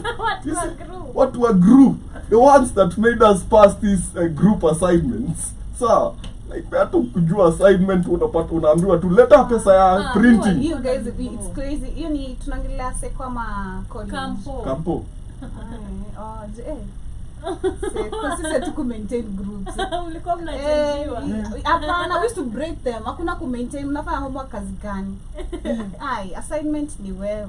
Assignment ya group ilikuwa ngarada fisa. Kai, mimi walikuwa wananiboa, wananiambia siku attend group work. Siku ya kupresent wananipea paper. Si ndio? Wewe kufanya kazi yote. Wewe chukua na unaenda kujuishi. Walikuwa na boa. Nimepresent vitu sijui mara mingi. Unasoma? Na kama take away na ni ya group. Sawa? Watu wanafanya cut, wewe ndio unatoa pesa ya kuprint cut. Sawa? Na kusubmit cut ni wewe. Sasa siku ya kusubmit lazima urauke hiyo daro ya 7. Alafu ole kwa 7 anakuanga tu yule. Anasema I've never seen you. Lazima assign. Lazima msign daro. Mwingine aliuliza leke. Sasa unakaa wapi? Ananitaya kat. Leka mtakupa pepa. Tu unakaa wapi? Bro. Leka livadi lab coat. Ndio juu. Unakaa wapi? Ndio kae kando yako. Ndio Ndio sawa kali Jones hiyo hapo ndio. Exam unafanya mtu wa mtura. Bro, unaanza mtura ngai. Uko class. Bana. Akomboka anatafuta school fees. Ngine ni bounce lete. Daro. Wati unakaa wapi? Jana alichoka. But let me ask this. Ulikuwa unatuambia jana. Anauza switi kwa gari. Bana. Tropical. Tatu kumi. Kwa class. But let me ask this. Kuna kampo yenye watu waliwahi pita bila kamwax. Bila exam kukua group work. Maybe uko mastrat. Hayuko bado kuna group work. Mimi sijui sikuenda. Wanaitanga invigilator ops.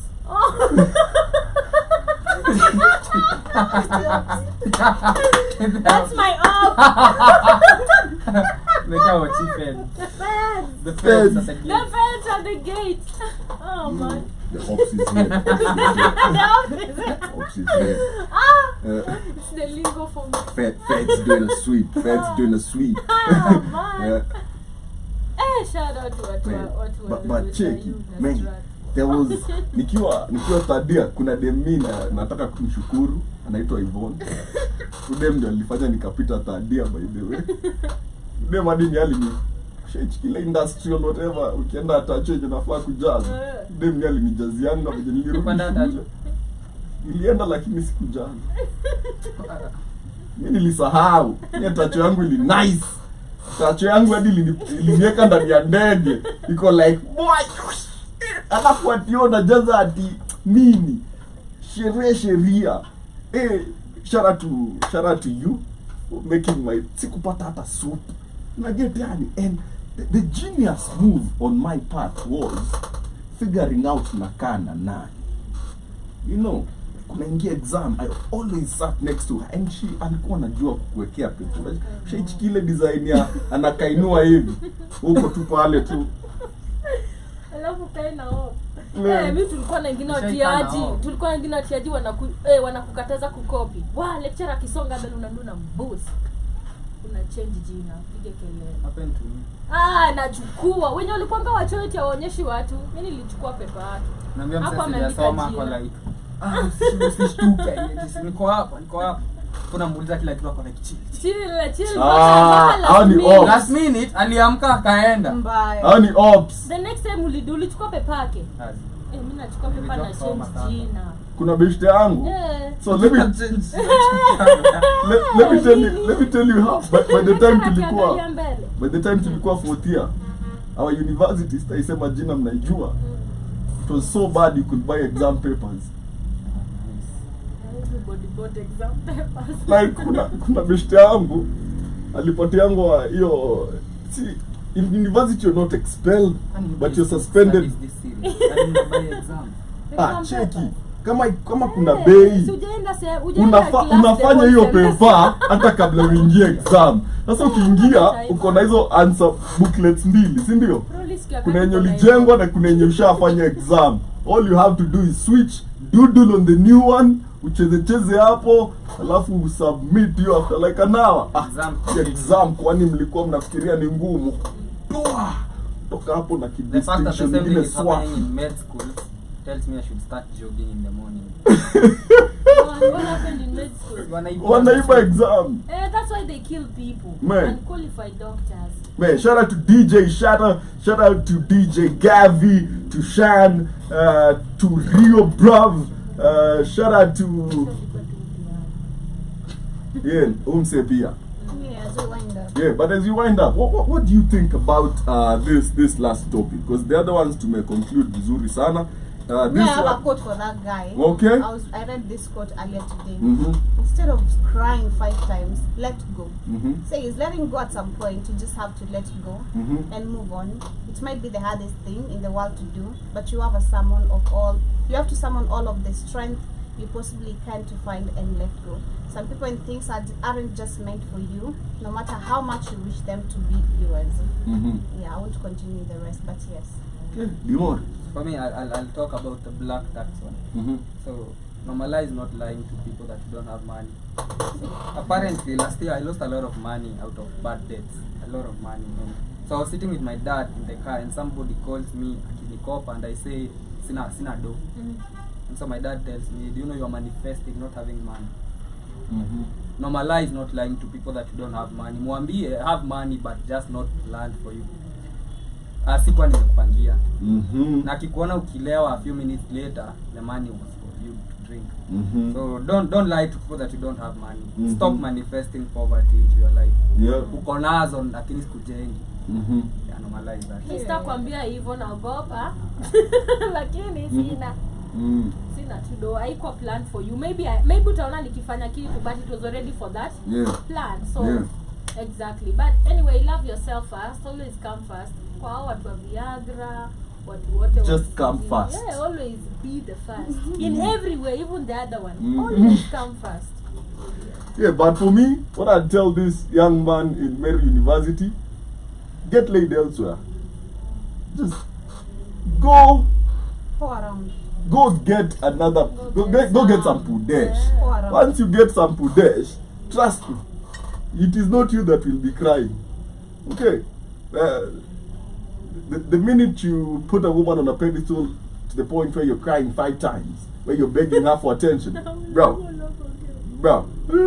that's where you're ending up. But yeah, thank you so much for everybody that joined us today. This has been such an amazing conversation, starting from the president, ending with a Meru student.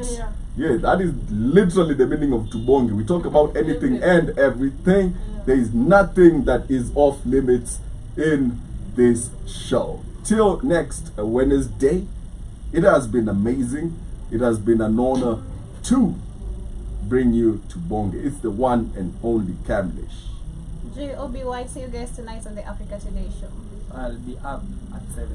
Yes, thank you so much. See you tomorrow morning at 8 a.m. Much love. Yeah, tune in. Tomorrow from 7 p.m. we'll be giving you African news updates. One of the most informative shows on Kenyan radio.